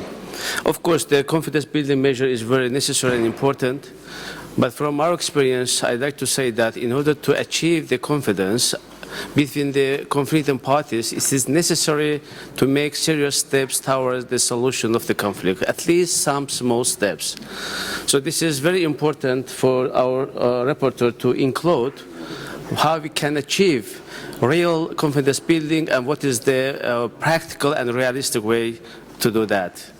And the second issue, very important, I think challenging issue is about the implementation of the international adopted documents towards the several types of protracted conflicts.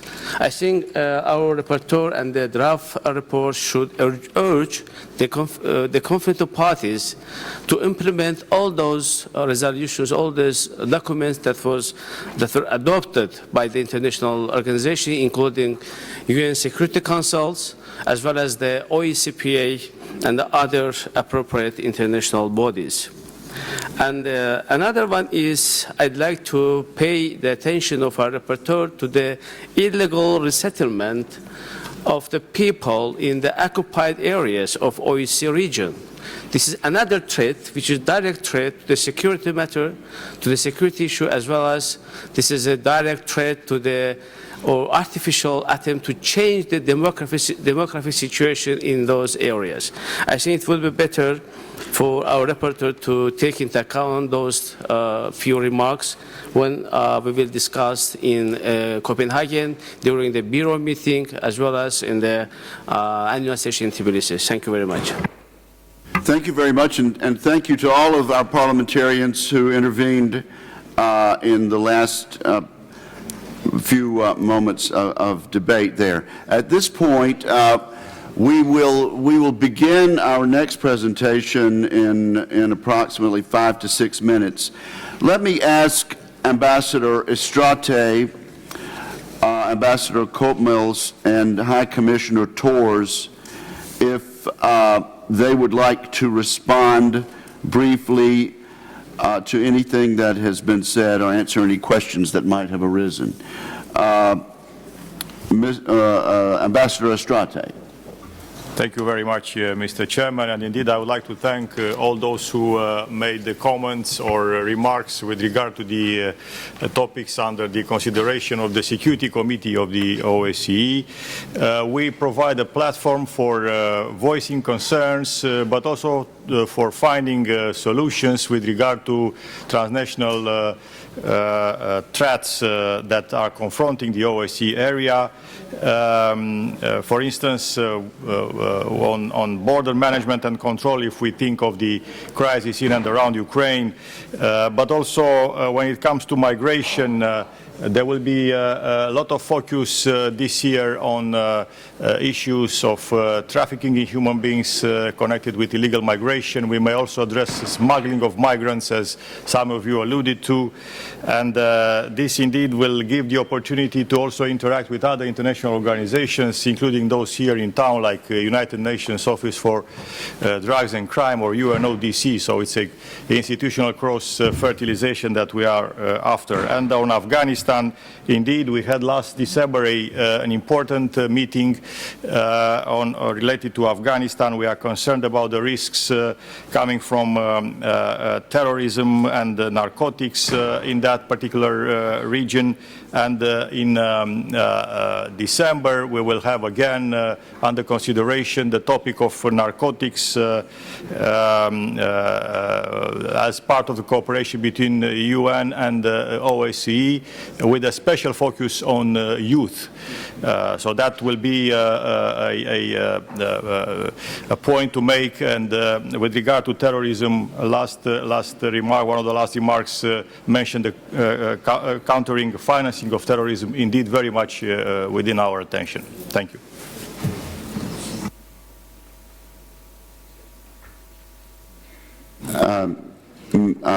Ambassador Koopmels. Thank you, Chair, and thanks to delegation raising several issues today. I think there was one specific questions on countering violations of the ceasefire in Ukraine. I have to say, of course, as my colleague has said, there is a broad spectrum of security and security-related issues that are discussed in the different committees. Also, the FSC's remit is quite broad in that sense, but every week the conflict in and around Ukraine is being raised at the FSC and discussed at length. One of the issues that comes up, I would say, almost every week is the necessity for implementation of Minsk and for full unimpeded safe access of the SMM, which also includes the monitoring of the withdrawal of heavy weapons and monitoring the holding places of the withdrawn weapons, which of course is also quite a vital aspect to in the end reaching a sustainable ceasefire. So far I think I have addressed the issues addressed to me. Thank you very, very much. And High Commissioner Tors. Thank you very much for both the interesting discussion and the interesting remarks. I think it's worth also noting that when we talked about the Canadian member talked about the rule of law, we can also note that 60 to 70% of conflicts are inside countries between different religious or ethnic communities. And actually, I sometimes get the question, shouldn't there be a need for a High Commissioner on minorities in also other parts of the world? Keep that in mind when you travel around the world. There is an example of a unique conflict prevention instrument that sometimes can be flagged to other parts of the world. As Ambassador Koopmels and Ambassador Istrate was saying, I think all the OSCE structures and institutions do pay much attention to the situation in Central Asia, so that we can give right responses against the radicalization, against the recruitment of violent foreign fighters, because we see many reports and many trends that are worrying, and both for our community and the communities concerned. Let me also thank for the comment by my German friend. Actually, a closing of borders is something that will also hit minorities and go exactly contrary to a theme we have in common with the German chairmanship, looking at how exactly countries can build bridges between others. And I'm happy to say that we are very much engaged with the German chairmanship and with the ECMI you mentioned in order to identify positive examples that could be used in the OSCE area. So let me thank you for that question. We are engaged in that, and we see, but however we see the present trends going much against that. Finally, thank you for being nominated honorary citizen of the Netherlands, that I enjoy very much. But I must say that last July in the Permanent Council, I had, unfortunately, to inform the Permanent Council that I have not had the access I have requested to Crimea. There is a point in my mandate that if I don't have the cooperation with a country that I have requested, then I should inform the Permanent Council of that situation. And unfortunately, I would much prefer direct discussions on the ground to see how problems and issues can be solved. However, of course, the world is interlinked, and we have got information that the Ukrainian language and culture, the Crimean Tatar language and culture and education, to say the least, face obstacles and are in a difficult position. And last now we have also heard concerns that the Tatar community might not be able to express its voice when an indictment has been filed against their representative body, the Mejlis, in order to ban it. And this is a new concern that is on our screen, and we are following it. Thank you very much, and I would like to thank all of my colleagues for keeping their remarks pretty much within limits and helping us to stay on schedule. It is now my pleasure to introduce Alexei Lashenkov to lead our debate on confronting terrorism. Mr. Lashenkov assumed the position of Director of Transnational Threats Department in 2012. Prior to joining the OSCE, he was the Deputy Permanent Representative of the Russian Federation to the United Nations in Vienna, where he led activities of the mission regarding transnational organized crime, corruption, illegal trafficking in narcotics, counterterrorism, cybercrime, trafficking in human beings, and other related transnational threats. Alexei, the floor is yours for your presentation with regard to transnational security in the OSCE area confronting terrorism. Alexei. Mr. Chairperson, Excellencies, ladies and gentlemen, I am pleased to introduce the subject of countering terrorism in the OSCE area today to your committee. Today I will speak over 5 minutes about this year's plans to address terrorism, Ministerial Council decisions on counterterrorism adopted in Belgrade last December, the programmatic activities in countering terrorism, and conclude with some thoughts on how the Parliamentary Assembly can support this work. Regrettably, terrorism continues to challenge security in the OSCE region, and OSCE participating states are key actors in countering this scourge. This unprecedented global threat compels all stakeholders to look beyond borders and cooperate fully in preventing and countering terrorism. This year, counterterrorism remains high on the OSCE agenda. The OSCE-wide Counterterrorism Conference will be held in Berlin from 31st of May to 1st of June. It will focus on young people and violent extremism and radicalization that lead to terrorism, the phenomenon of foreign terrorist fighters. States participating in the conference will offer their perspectives for the reintegration of foreign terrorist fighters into society, as well as on preventing terrorist radicalization and promoting de-radicalization of young women. Last December in Belgrade, participating states united in adopting Ministerial Council declaration on preventing and countering violent extremism and radicalization that lead to terrorism, and a declaration on reinforcing OSCE efforts to counter terrorism in the wake of recent terrorist attacks. Both documents commit participating states to enhance international cooperation and to work together to prevent and to counter terrorism. How can the OSCE be instrumental in this regard? The OSCE provides a unique platform for dialogue among counterterrorism policy experts, practitioners, which is essential to foster cooperation. The OSCE holds organization-wide, regional, sub-regional and national activities to promote good practices and networking, to raise awareness and to build capacity among governments, civil society and businesses. Allow me to highlight just a few examples. To counter violent extremism, The OSCE Secretary General and Serbian chairmanship of the OSCE of the year 2015 launched a communication campaign, OSCE United in Countering Violent Extremism.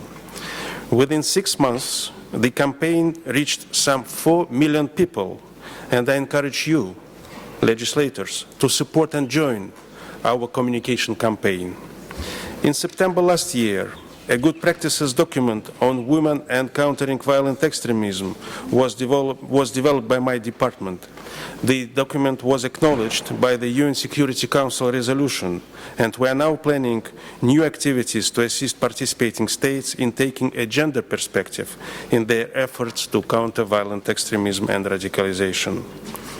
Looking ahead, we are committed to a multi-year initiative, Leaders Against Intolerance and Violent Extremism, with a focus on empowering civil society resilience and responses to the world.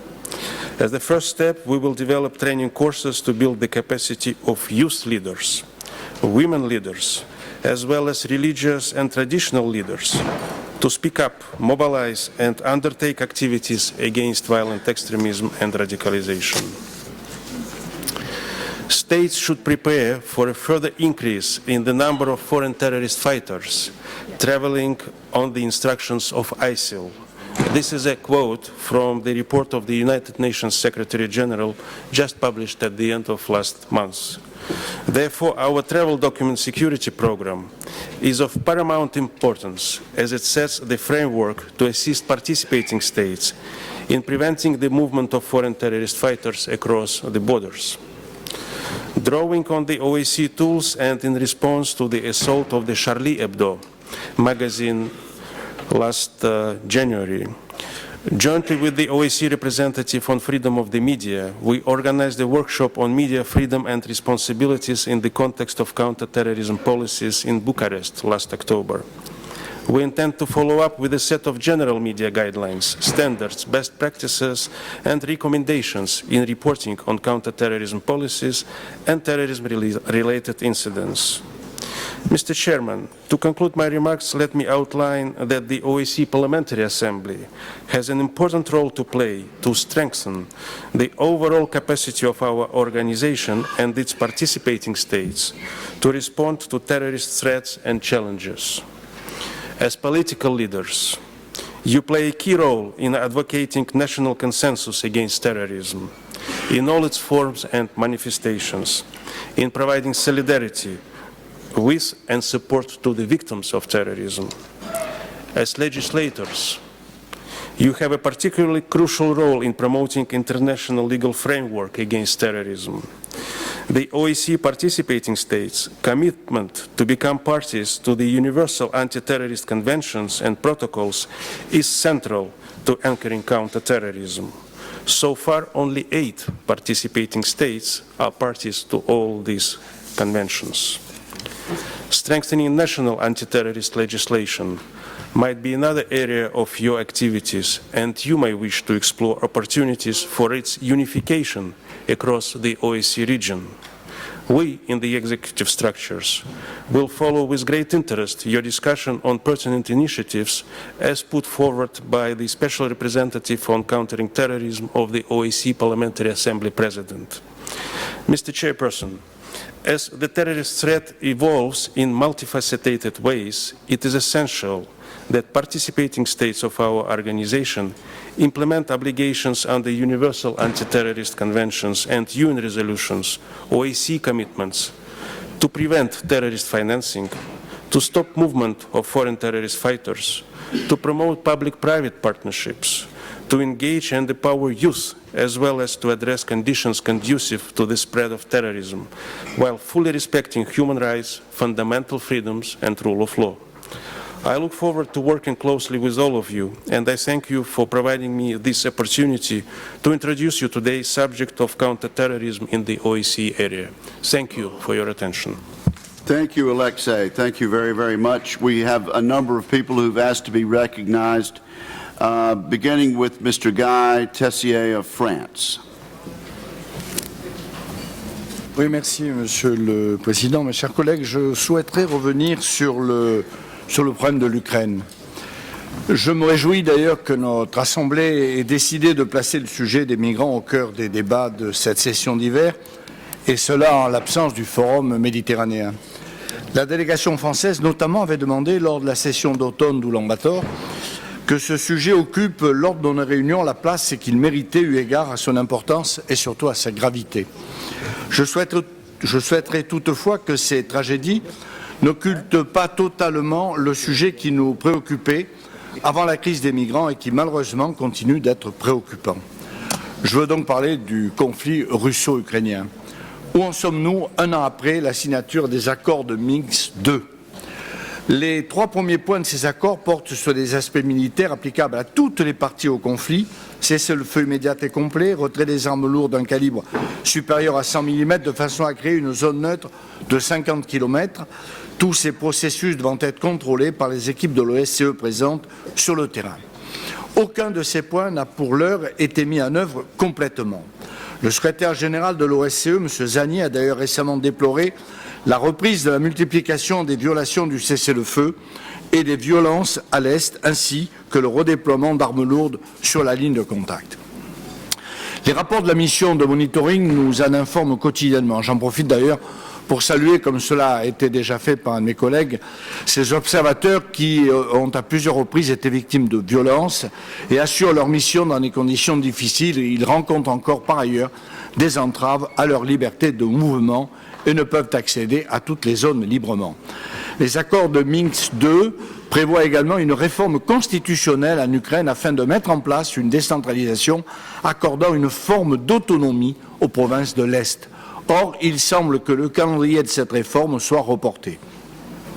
En outre, il semble que le pays peine à adopter les différentes réformes pourtant indispensables à son redressement, comme en témoignent dans les récentes démissions des vice-procureurs et du procureur général ainsi que du ministre de l'économie que les mises en garde du FMI.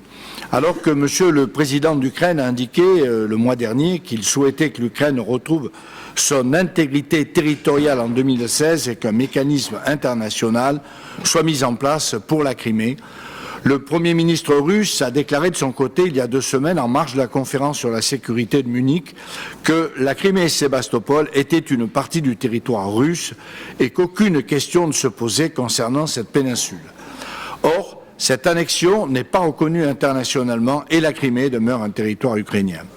En presque 2 ans, ce conflit a fait plus de 9000 morts et plus d'1,5 million de personnes déplacées.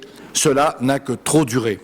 Si certains qualifient ce conflit de nouvelle guerre froide, la France n'aura de cesse de s'impliquer sous le format dit de Normandie afin de faire aboutir ce processus de paix et éviter que cette situation ne se transforme en un conflit gelé.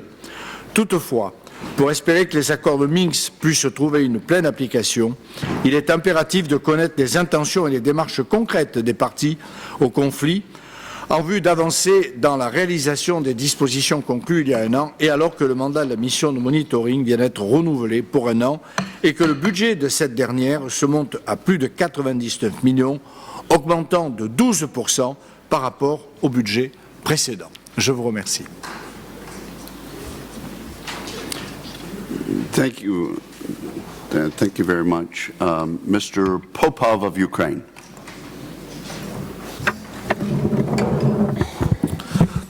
Dear colleagues, since spring 2014, Ukraine has been continuously drawing the attention of the Forum for Security Cooperation to the issue of illegal arms transfers from the Russian Federation into the occupied Autonomous Republic of Crimea and to the pro-Russian illegal armed formations operating in Donbass. Such illegal international transfers of military goods, including the most sophisticated heavy weapons from the Russian territory across the uncontrolled sections of the Ukrainian-Russian state border, fully contradict the arms transfer controls reporting instruments of the OSCE. Unfortunately, the immediate steps stipulated by the Minsk package, notably the comprehensive ceasefire, withdrawal of heavy weapons, and the ensuring OSCE monitoring and verification, release of hostages, remain unimplemented by Russia and its proxies. All of these steps are crucial for placing the de-escalation process on a sustainable basis. Russia continues to maintain military command and control militants in eastern Ukraine, to coordinate joint military operations with the illegal armed groups, to support and train pro-Russian terrorists. The militants continue to be prosecuted with weapons and ammunition from Russia. As a response to Russia's military aggression and flagrant violation of OSCE principles, it is critically important to maintain sanctions against Russia and against specific personalities responsible for terrorism activities until it fully implements the undertaken commitments. We encourage to maintain these topics on the agenda of the Forum for Security Cooperation. Weapon traffic is one problem, but another problem is the traffic of foreign terrorist fighters. The Russian military continues to train terrorists and fighters of illegal armed formations at the military camps set up in the occupied Crimea and parts of Donbass, as well as the Rostov Oblast of the Russian Federation. These terrorists and fighters are directed to Ukrainian territory, but also, as available evidence proves, to other conflict areas in the world. Essentially, Russia trains irregular and terrorist forces that can be directed to any location. Today they moved to Syria, Caucasus, but we see first groups who have other participation states as their final destinations. In view of extremely large numbers of Russian citizens who act as foreign terrorist fighters in the east of Ukraine in support of terrorist groups operating in Donbass, we call on the Russian MPs to inform us about the measures taken by Russian authorities to suppress recruitment of those fighters in Russia, to stop their continuous inflow into Ukraine, to investigate and prosecute them for their criminal activities. Thank you. And thank you very much. The chair now recognizes Mr. Andreas Kafkalias of Cyprus. Thank you, Mr. Chairman. The Middle East region presents a chaotic situation. Syria is at the brink of a generalized war whose consequences will be immeasurable on a world scale. Sectarian violence, wars through representatives, and shifting alliances add to the mayhem in the absence of a globally accepted definition of terrorism to date. Due to its proximity to the Middle East, Cyprus has significantly stepped up efforts in order to disrupt foreign terrorist fighters' travel, although there has been no evidence of such a trend. In line with its international obligations, Cyprus has upgraded its systems of gathering, analyzing, and sharing information. Moreover, Cyprus has been a strong advocate of a strengthened international legal framework to combat the destruction of cultural heritage and the smuggling of looted artifacts and of the speedy implementation of pertinent UN resolutions.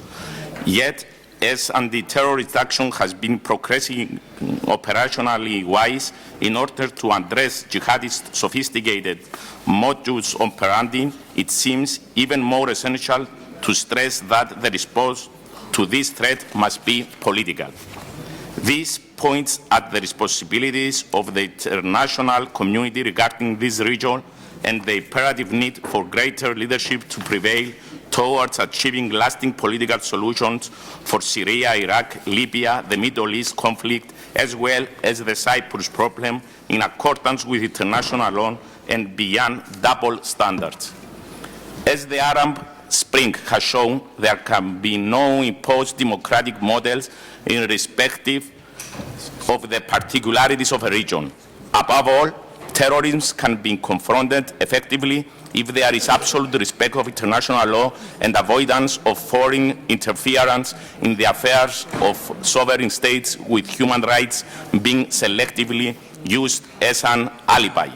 A political response also pertains to states abiding by human rights law and humanitarian law regarding their highly lucrative exports of arms and dual-use items which end up in the hands of non-state actors, terrorists included.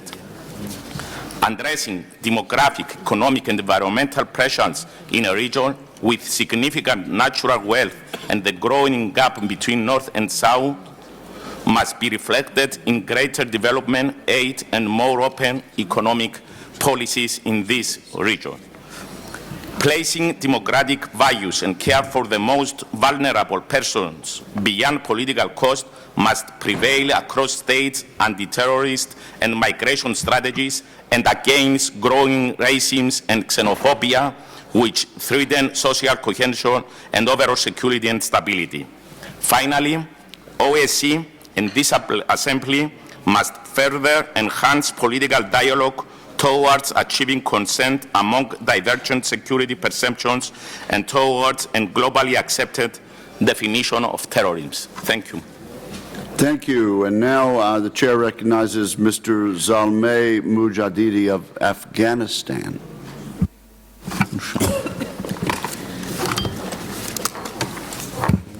تشکر جناب رئیس. جای مسئولیت است که همراه با همکارانم از پارلمان افغانستان در این نشست کمیته عمومی راجع به امور سیاسی و امنیت اشتراک می نمایم. از فرصت صحبت در این نشست ابراز اطمینان می نمایم. اجازه دهید از صحبت های مقدماتی آقای الکس ژینکوف راجع به بحث خاص در این کمیته ابراز تشکر نمایم. جناب رئیس، مبارزه با تروریسم و گروه های تروریستی از جمله القاعده، داعش و طالبان یکی از مهمترین موضوعات در عصر حاضر می باشد. تروریسم در اشکال مختلف کماکان امنیت، ثبات و انکشاف جوامع ما را تهدید می نماید. حملات اخیر تروریستی در ایالات متحده، فرانسه، ترکیه و اندونزیا بیانگر این واقعیت است که تروریسم هیچ سرحد، جغرافیا، دین و یا ملت را به رسمیت نمی شناسد. افغانستان برای سالها قربانی فعالیت‌های تروریستی توسط القاعده، طالبان و اخیراً داعش بوده و هنوز هم خط مقدم جنگ علیه این پدیده شوم است و کماکان بیشترین هزینه قربانی و رنج را در جنگ علیه تروریسم متقبل می شود. ده‌ها نفر افراد بیگناه از جمله زنان، کودکان همه روزه در حملات مختلف تروریستی در افغانستان جان خود را از دست می دهند. همانطوری که همیشه بیان نمودیم، این فعالیت‌های تروریستی توسط علاقات و کشورهای خاص خارج از افغانستان رهبری و تمویل می شوند. پیوندها بین شبکه‌های تروریستی به شکل روزافزون در هر دو سطح منطقه‌ای و بین المللی در حال افزایش است و رسیدگی به این پیوند رو به رشد نیازمند تلاش‌های هماهنگ، دسته‌جمعی صادقانه و پایدار در تمام سطوح می باشد. در این زمینه باید مشخصاً روی مبارزه با تمویل تروریسم و از بردن پناهگاه‌های امن تروریستان تمرکز صورت گیرد و فشارهای بین‌المللی روی کشورهایی که مراکز تمویل، تجهیز و تربیه تروریسم در آنجا قرار دارد، از جمله از طریق وضع تحریم‌های اقتصادی، سیاسی و نظامی فشار بر آنها باید بیشتر شود. ما همچنین باید روندهای نو و در حال ظهور از جمله پیوند فزاینده بین تروریسم، مواد مخدر و جرایم سازمان یافته را مورد رسیدگی قرار دهیم. همانطوری که شواهد در برخی از مناطق جهان نشان می‌دهد، تروریست‌ها کماکان از تولید و قاچاق مواد مخدر برای تمویل فعالیت‌های تروریستیشان استفاده می‌کنند. در این چارچوب ما باید همکاری‌های سرحدی، مبادله معلومات و ظرفیت عملیاتی در هر دو سطح منطقه‌ای و بین‌المللی را با هدف پاسخگویی مؤثرتر به تهدیدهای نشأت گرفته از این پیوندها و روندهای نو را تقویت نماییم. ما در حالی که عزیمت‌های با ارزش دوستان منطقه‌ای و بین‌المللی، مخصوصاً کشورهای عضو و پارتنر سازمان امنیت و همکاری در اروپا، از جمله از طریق برنامه‌های مختلف آموزشی و ظرفیت سازی برای افسران تنفیذ قانون افغانستان سپاسگزاری می‌کنیم، بر این باوریم که سازمان امنیت و همکاری در اروپا این پتانسیل را دارد که سهم بیشتری در این زمینه ایفا نماید. جناب رئیس، همانطوری که تجارب نشان می‌دهد، اقدامات تنفیذ قانون به تنهایی نمی‌تواند به موفقیت در مبارزه با تروریسم منجر شود، بلکه چنین اقداماتی باید با تلاش‌ها برای مقابله با جاذبه تروریسم همراه شوند.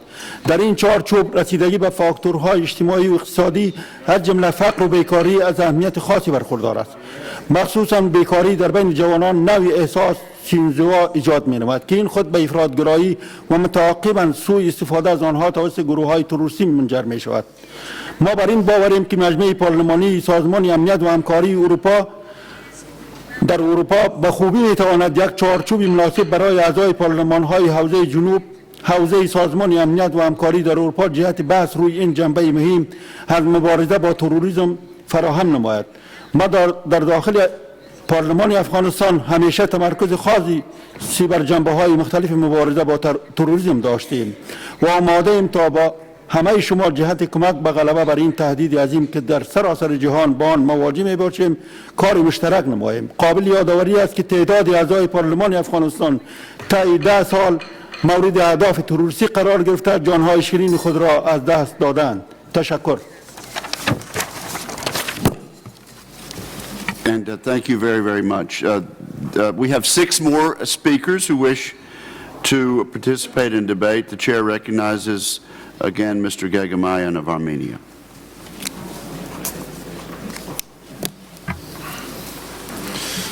Уважаемый господин председатель, уважаемые коллеги,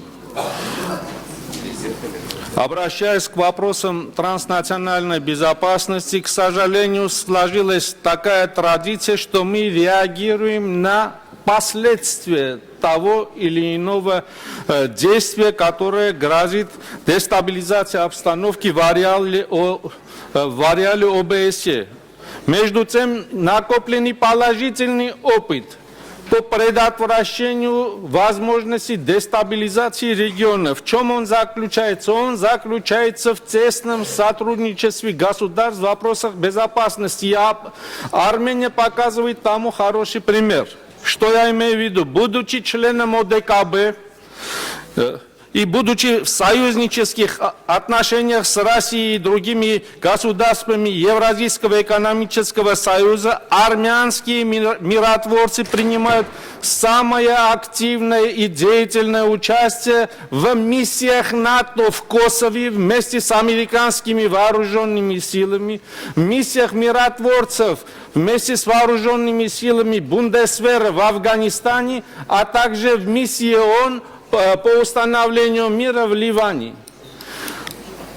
Общаясь с воинами, которые выполняют свой интернациональный долг в этих миротворческих миссиях, приходишь к одному выводу, что каждый из них гордится своей службой, потому что он убежден, что делает доброе дело, дело установления мира и безопасности, будь то в Косово, будь то в Афганистане, будь то в Ливане, будь то на пространстве подконтрольном ОДКБ.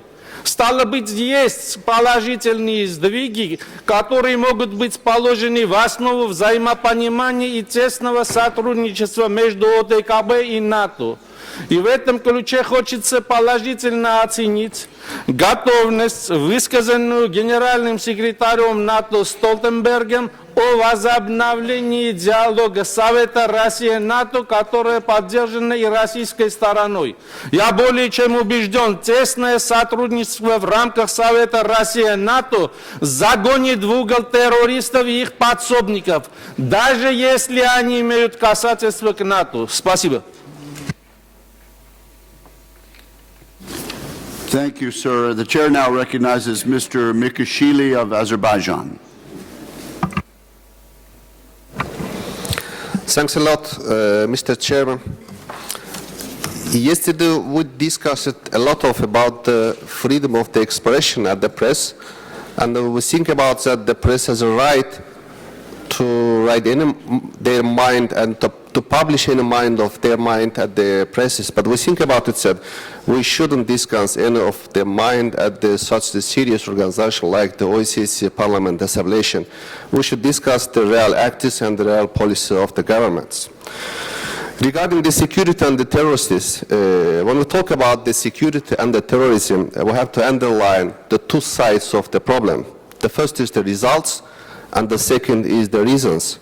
When we talk about the results, we have to show the killing of the people, violate of the security and stability, and even the damage of the economic growth of the countries.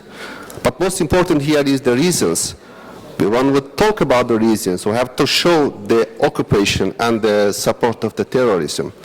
But at the medicine, when you treat the pupils, you have to eliminate the reasons at least, because without the elimination of the reason, the people and the man cannot be so healthy. The same here. we think about it that there's such diseases is more dangerous when the support of the terrorism is coming on the level of the government. Because of the, when the terrorism is supported by the government, they are very serious on the type of the financing, on the type of the powerful also.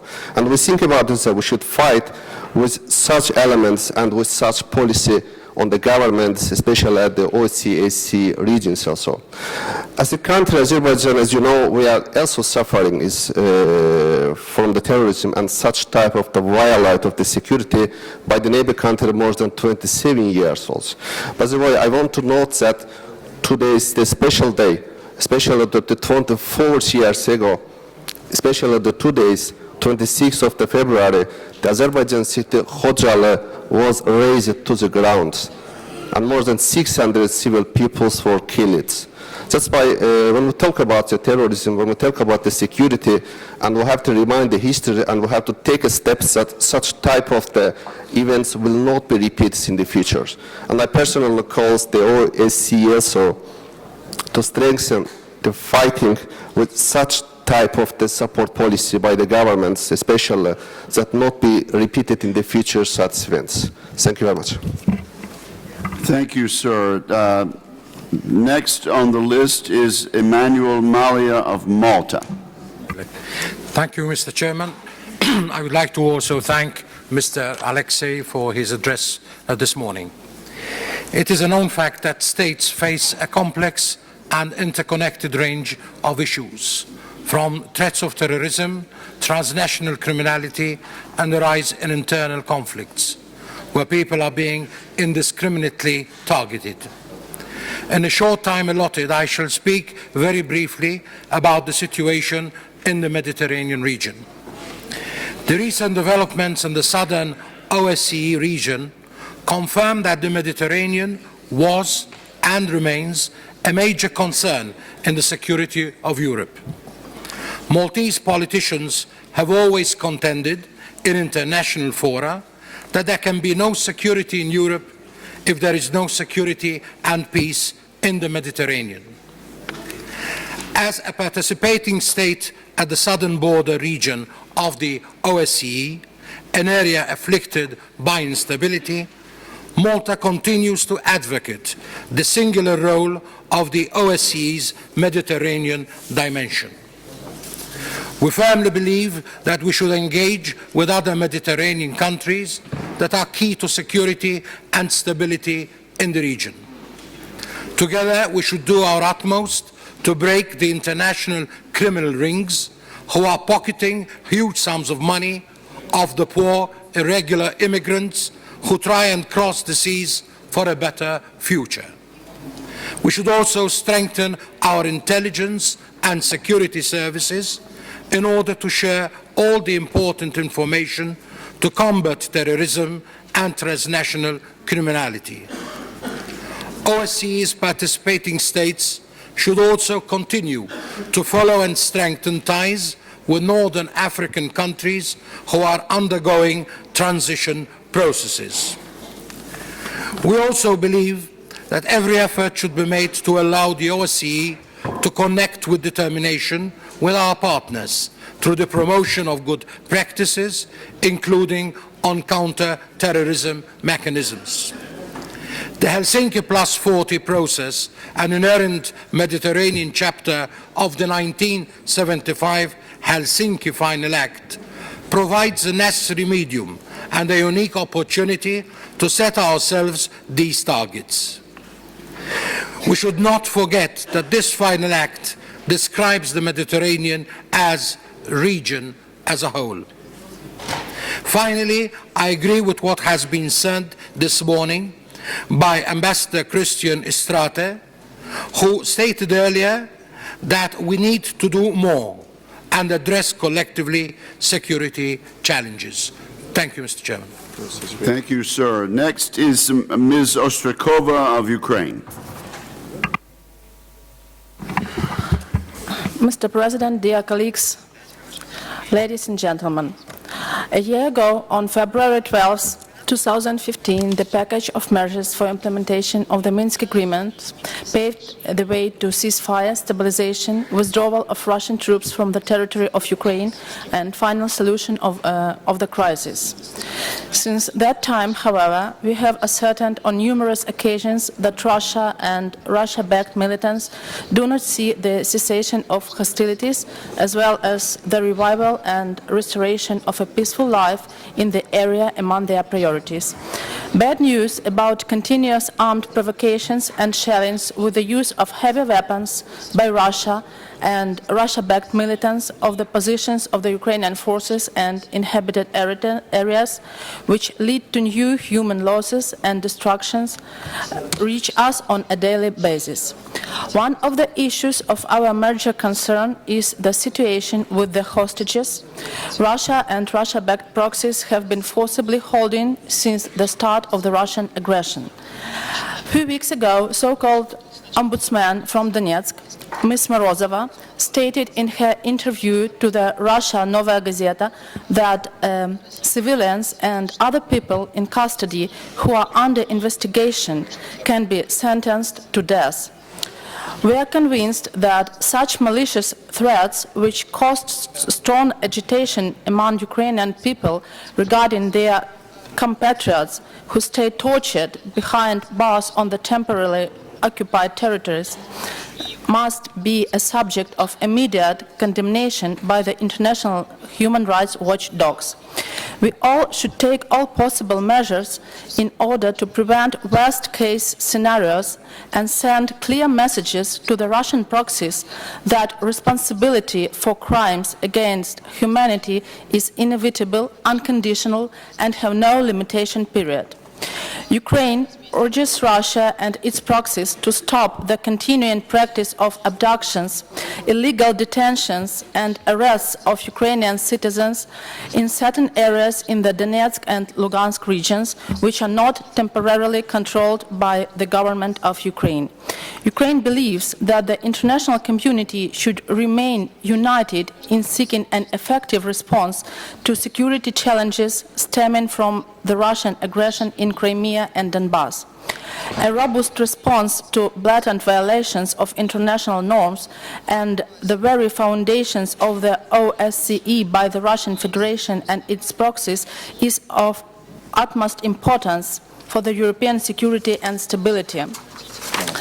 On February 18, 2016, the Parliament of Ukraine adopted a decision on the appeal of the Parliament of Ukraine to parliaments of foreign states, parliamentary assemblies, and international organizations, which with a call for taking all necessary steps to urge Russia and Russia-backed militants to release immediately and unconditionally all Ukrainian political hostages and prisoners, abandon practices of ill treatment, torture, and other cruel, inhuman, or degrading treatment or punishment, as well as undertake to implement the Minsk agreements in full.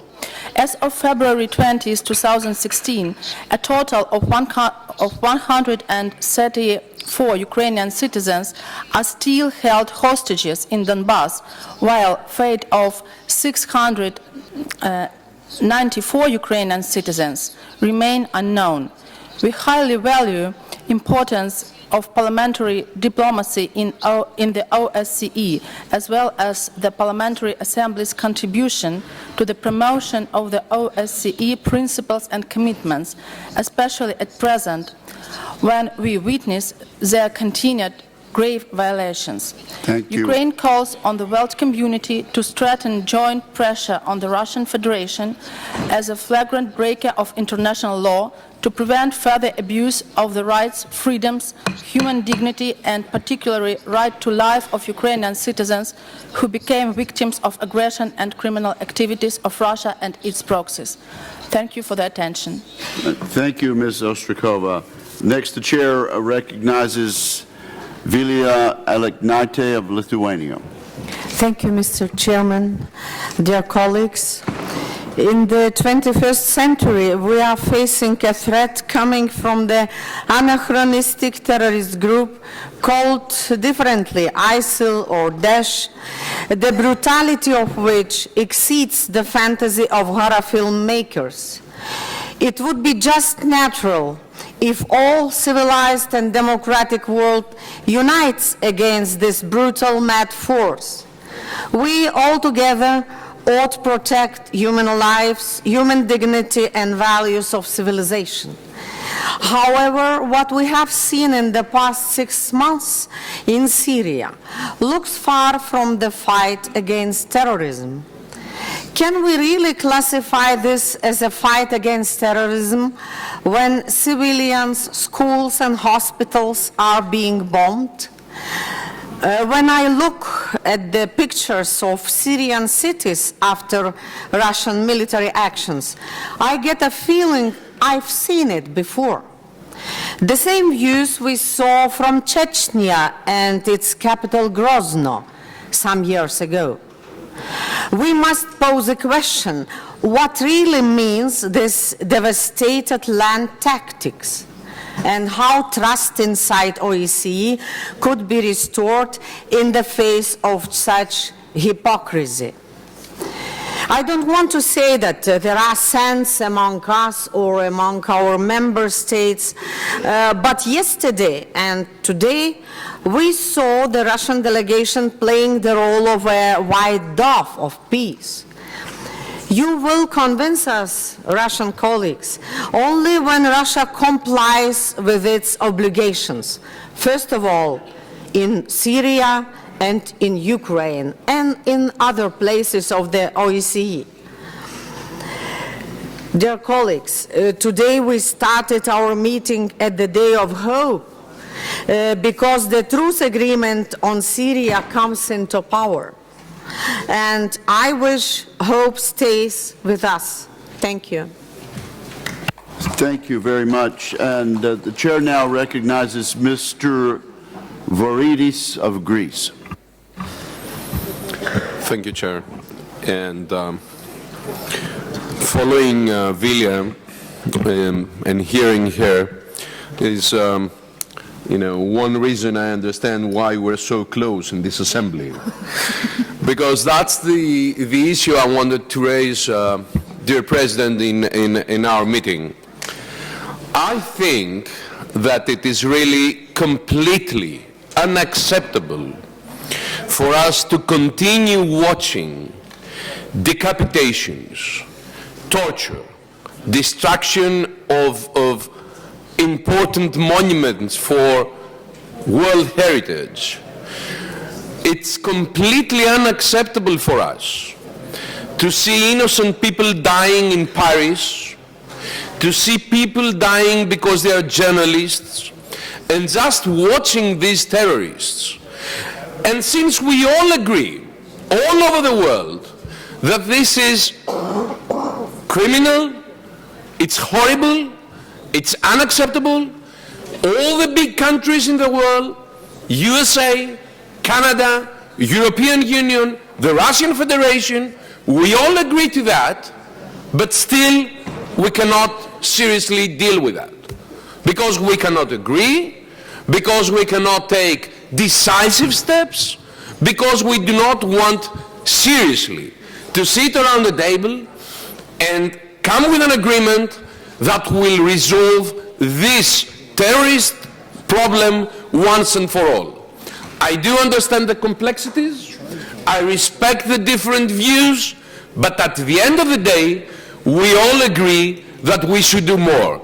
Now let's go back to our parliaments and to our governments and say, since we all agree that we must do more, let's do it. Thank you, Mr. Voridis. And next is Mr. Nikolai Kovalev of the Russian Federation. Спасибо. Уважаемые коллеги, я бы хотел привлечь ваше внимание к такому тезису. Очень многие историки и философы, в частности известнейший философ Фукуяма, Говорили об окончании идеологии, окончательной победе человечества над идеологией фашизма и коммунистической идеологией. Наверное, с этим трудно не согласиться. Но что же пришло взамен? А взамен пришла идеология террора, которая сегодня властвует над миром. И в этом, я думаю, есть вина каждого из нас и тех противоречий, которые сложились на пространстве, в том числе и ОБСЕ. Что же влияет на продвижение идеологии террора? Ряд факторов я бы подчеркнул, их достаточно много.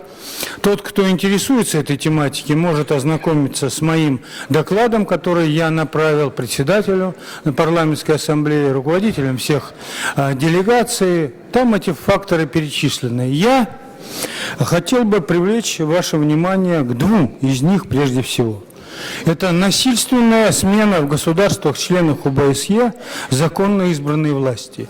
Очень многих это толкает в террористические организации и заставляет противодействовать этому явлению, потому что воспринимается это как некое насилие над волей людей, проживающих в этих государствах. Второй тезис, который я бы тоже хотел подчеркнуть, это использование борьбы с международным терроризмом в качестве предлога для достижения сиюминутных внутри- или внешнеполитических целей. То есть речь идет о том, что ради достижения каких-то задач, которые то или иное государство ставит перед собой, используется именно идеология борьбы с террором, деление террористов на своих и чужих, хороших и плохих. Мы все с вами являемся сегодня свидетелями, и это фактор, который существенно влияет на ситуацию в сфере борьбы с террором. Поэтому я хочу повторить то предложение, которое я распространил в письменном виде. И предлагаю прежде всего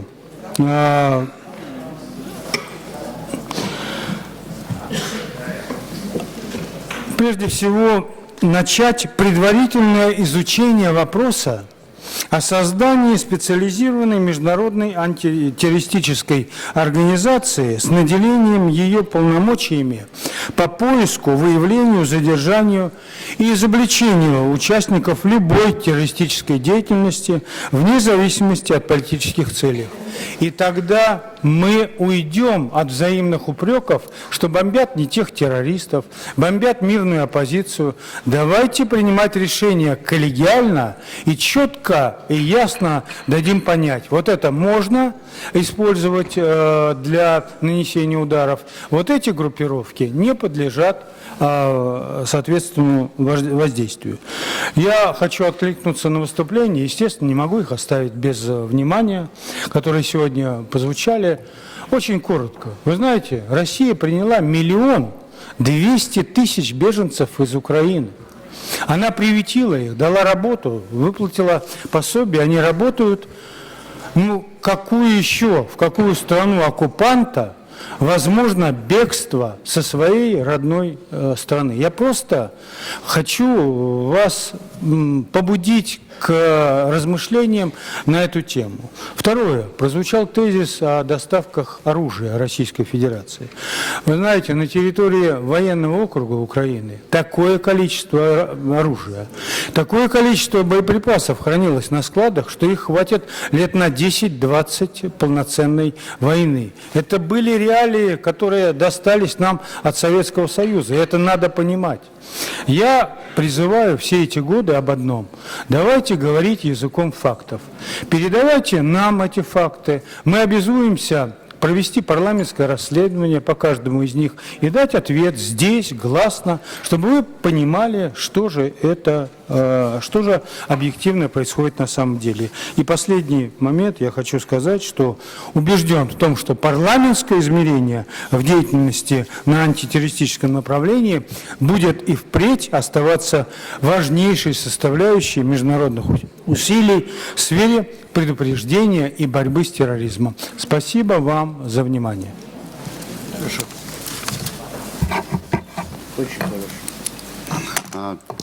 Thank you very much. Artur, are you requesting? Dear Chair, dear colleagues, just one short comment to the speech of my colleague from Russian Federation about weapons flow from the Russian Federation to the territory of Ukraine. I know that from the Soviet Union time, yes, some weapons were in Ukrainian territory, but at the moment, many cases, we showed them for our colleagues from the Russian delegations, of presence in Ukrainian territory exclusive Russian weapons, never sold to any other country, and used only by Russian army. And about parliamentary control, and Mr. Kovalyov promised to investigate these facts. 1 year ago, here in Vienna, we provided full book of facts with the numbers of units, with the numbers of the military equipment, with the photos, with the locations of presence of exclusive Russian weaponry in Ukrainian territory. Unfortunately, for this 1 year, we didn't receive any answer about such investigation in State Duma of Russian Federation. Thank you. Thank you, and thank you all for the lively discussion and the courtesy that you've all given to me as the chair. At this point, I think it's appropriate that we ask Alexei to respond to anything that might have been said and to wrap up this morning's work. So, Mr. Lyshenkov, you're recognized for a few moments. Thank you. Thank you, Mr. Chairperson. First, let me say that the issue of migration, illegal migration, as far as I understand, has been raised by the distinguished delegate from France. And in this area, I believe I tried to touch upon the topic in my short introduction, saying that OSCE is doing quite impressive work in the area of addressing the illegal flow of foreign terrorist fighters. I also have to mention, like the distinguished representative of Afghanistan has said, that we have a border management staff college facility in Dushanbe, which helps the Afghani law enforcement to train their border guards. And over these years, starting from 2009, we have trained more than 1,500 Afghani border guards. Probably all these efforts will help us to address the problem of illegal trafficking across borders. And last, of course, but not least, next week, Secretary General will be holding his Security Day devoted exactly to the issue of migration in Rome. As far as I understand, all of you are mostly welcome to participate in this event. On the conditions conducive to terrorism, this is, of course, a very difficult and topical issue. I believe I touched upon it in a number of examples which I gave in my introduction. Let me only remind you that we have launched this campaign against violent extremism, and all of you are mostly welcomed to join the campaign. On terrorist financing, we, of course, look very much appropriately with other interested bodies and international organizations like FATF and others, how to address the problem. Last year we discussed it at the Security Committee, as Chair of the Security Committee has mentioned, and of course we will continue to do this. The topic of Mediterranean partners. Let me bring to your attention that in the year 2014 we held a huge conference on Malta, exactly addressing the problem of countering terrorism, and we of course enjoyed the hospitality of the Maltese authorities.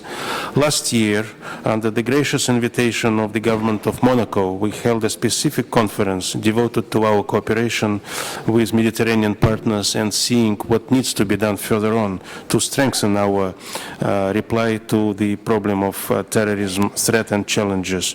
With this, Mr. Chairman, I believe I touched upon all the topics pertaining to my mandate, and I thank you for providing me an opportunity to reply back on and I thank you, sir, for your presentation and for the nice summary.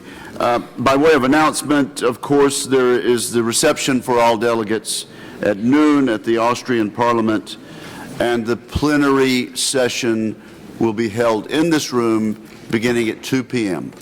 Thank you very much, and we are adjourned.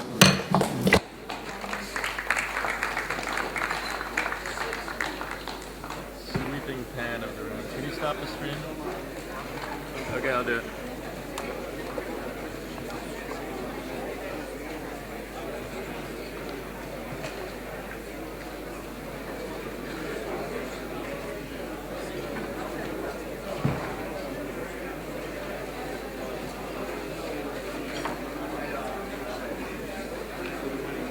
Bo mi coś podłożą. Nie zostawia na wierzchu tego. Dobra.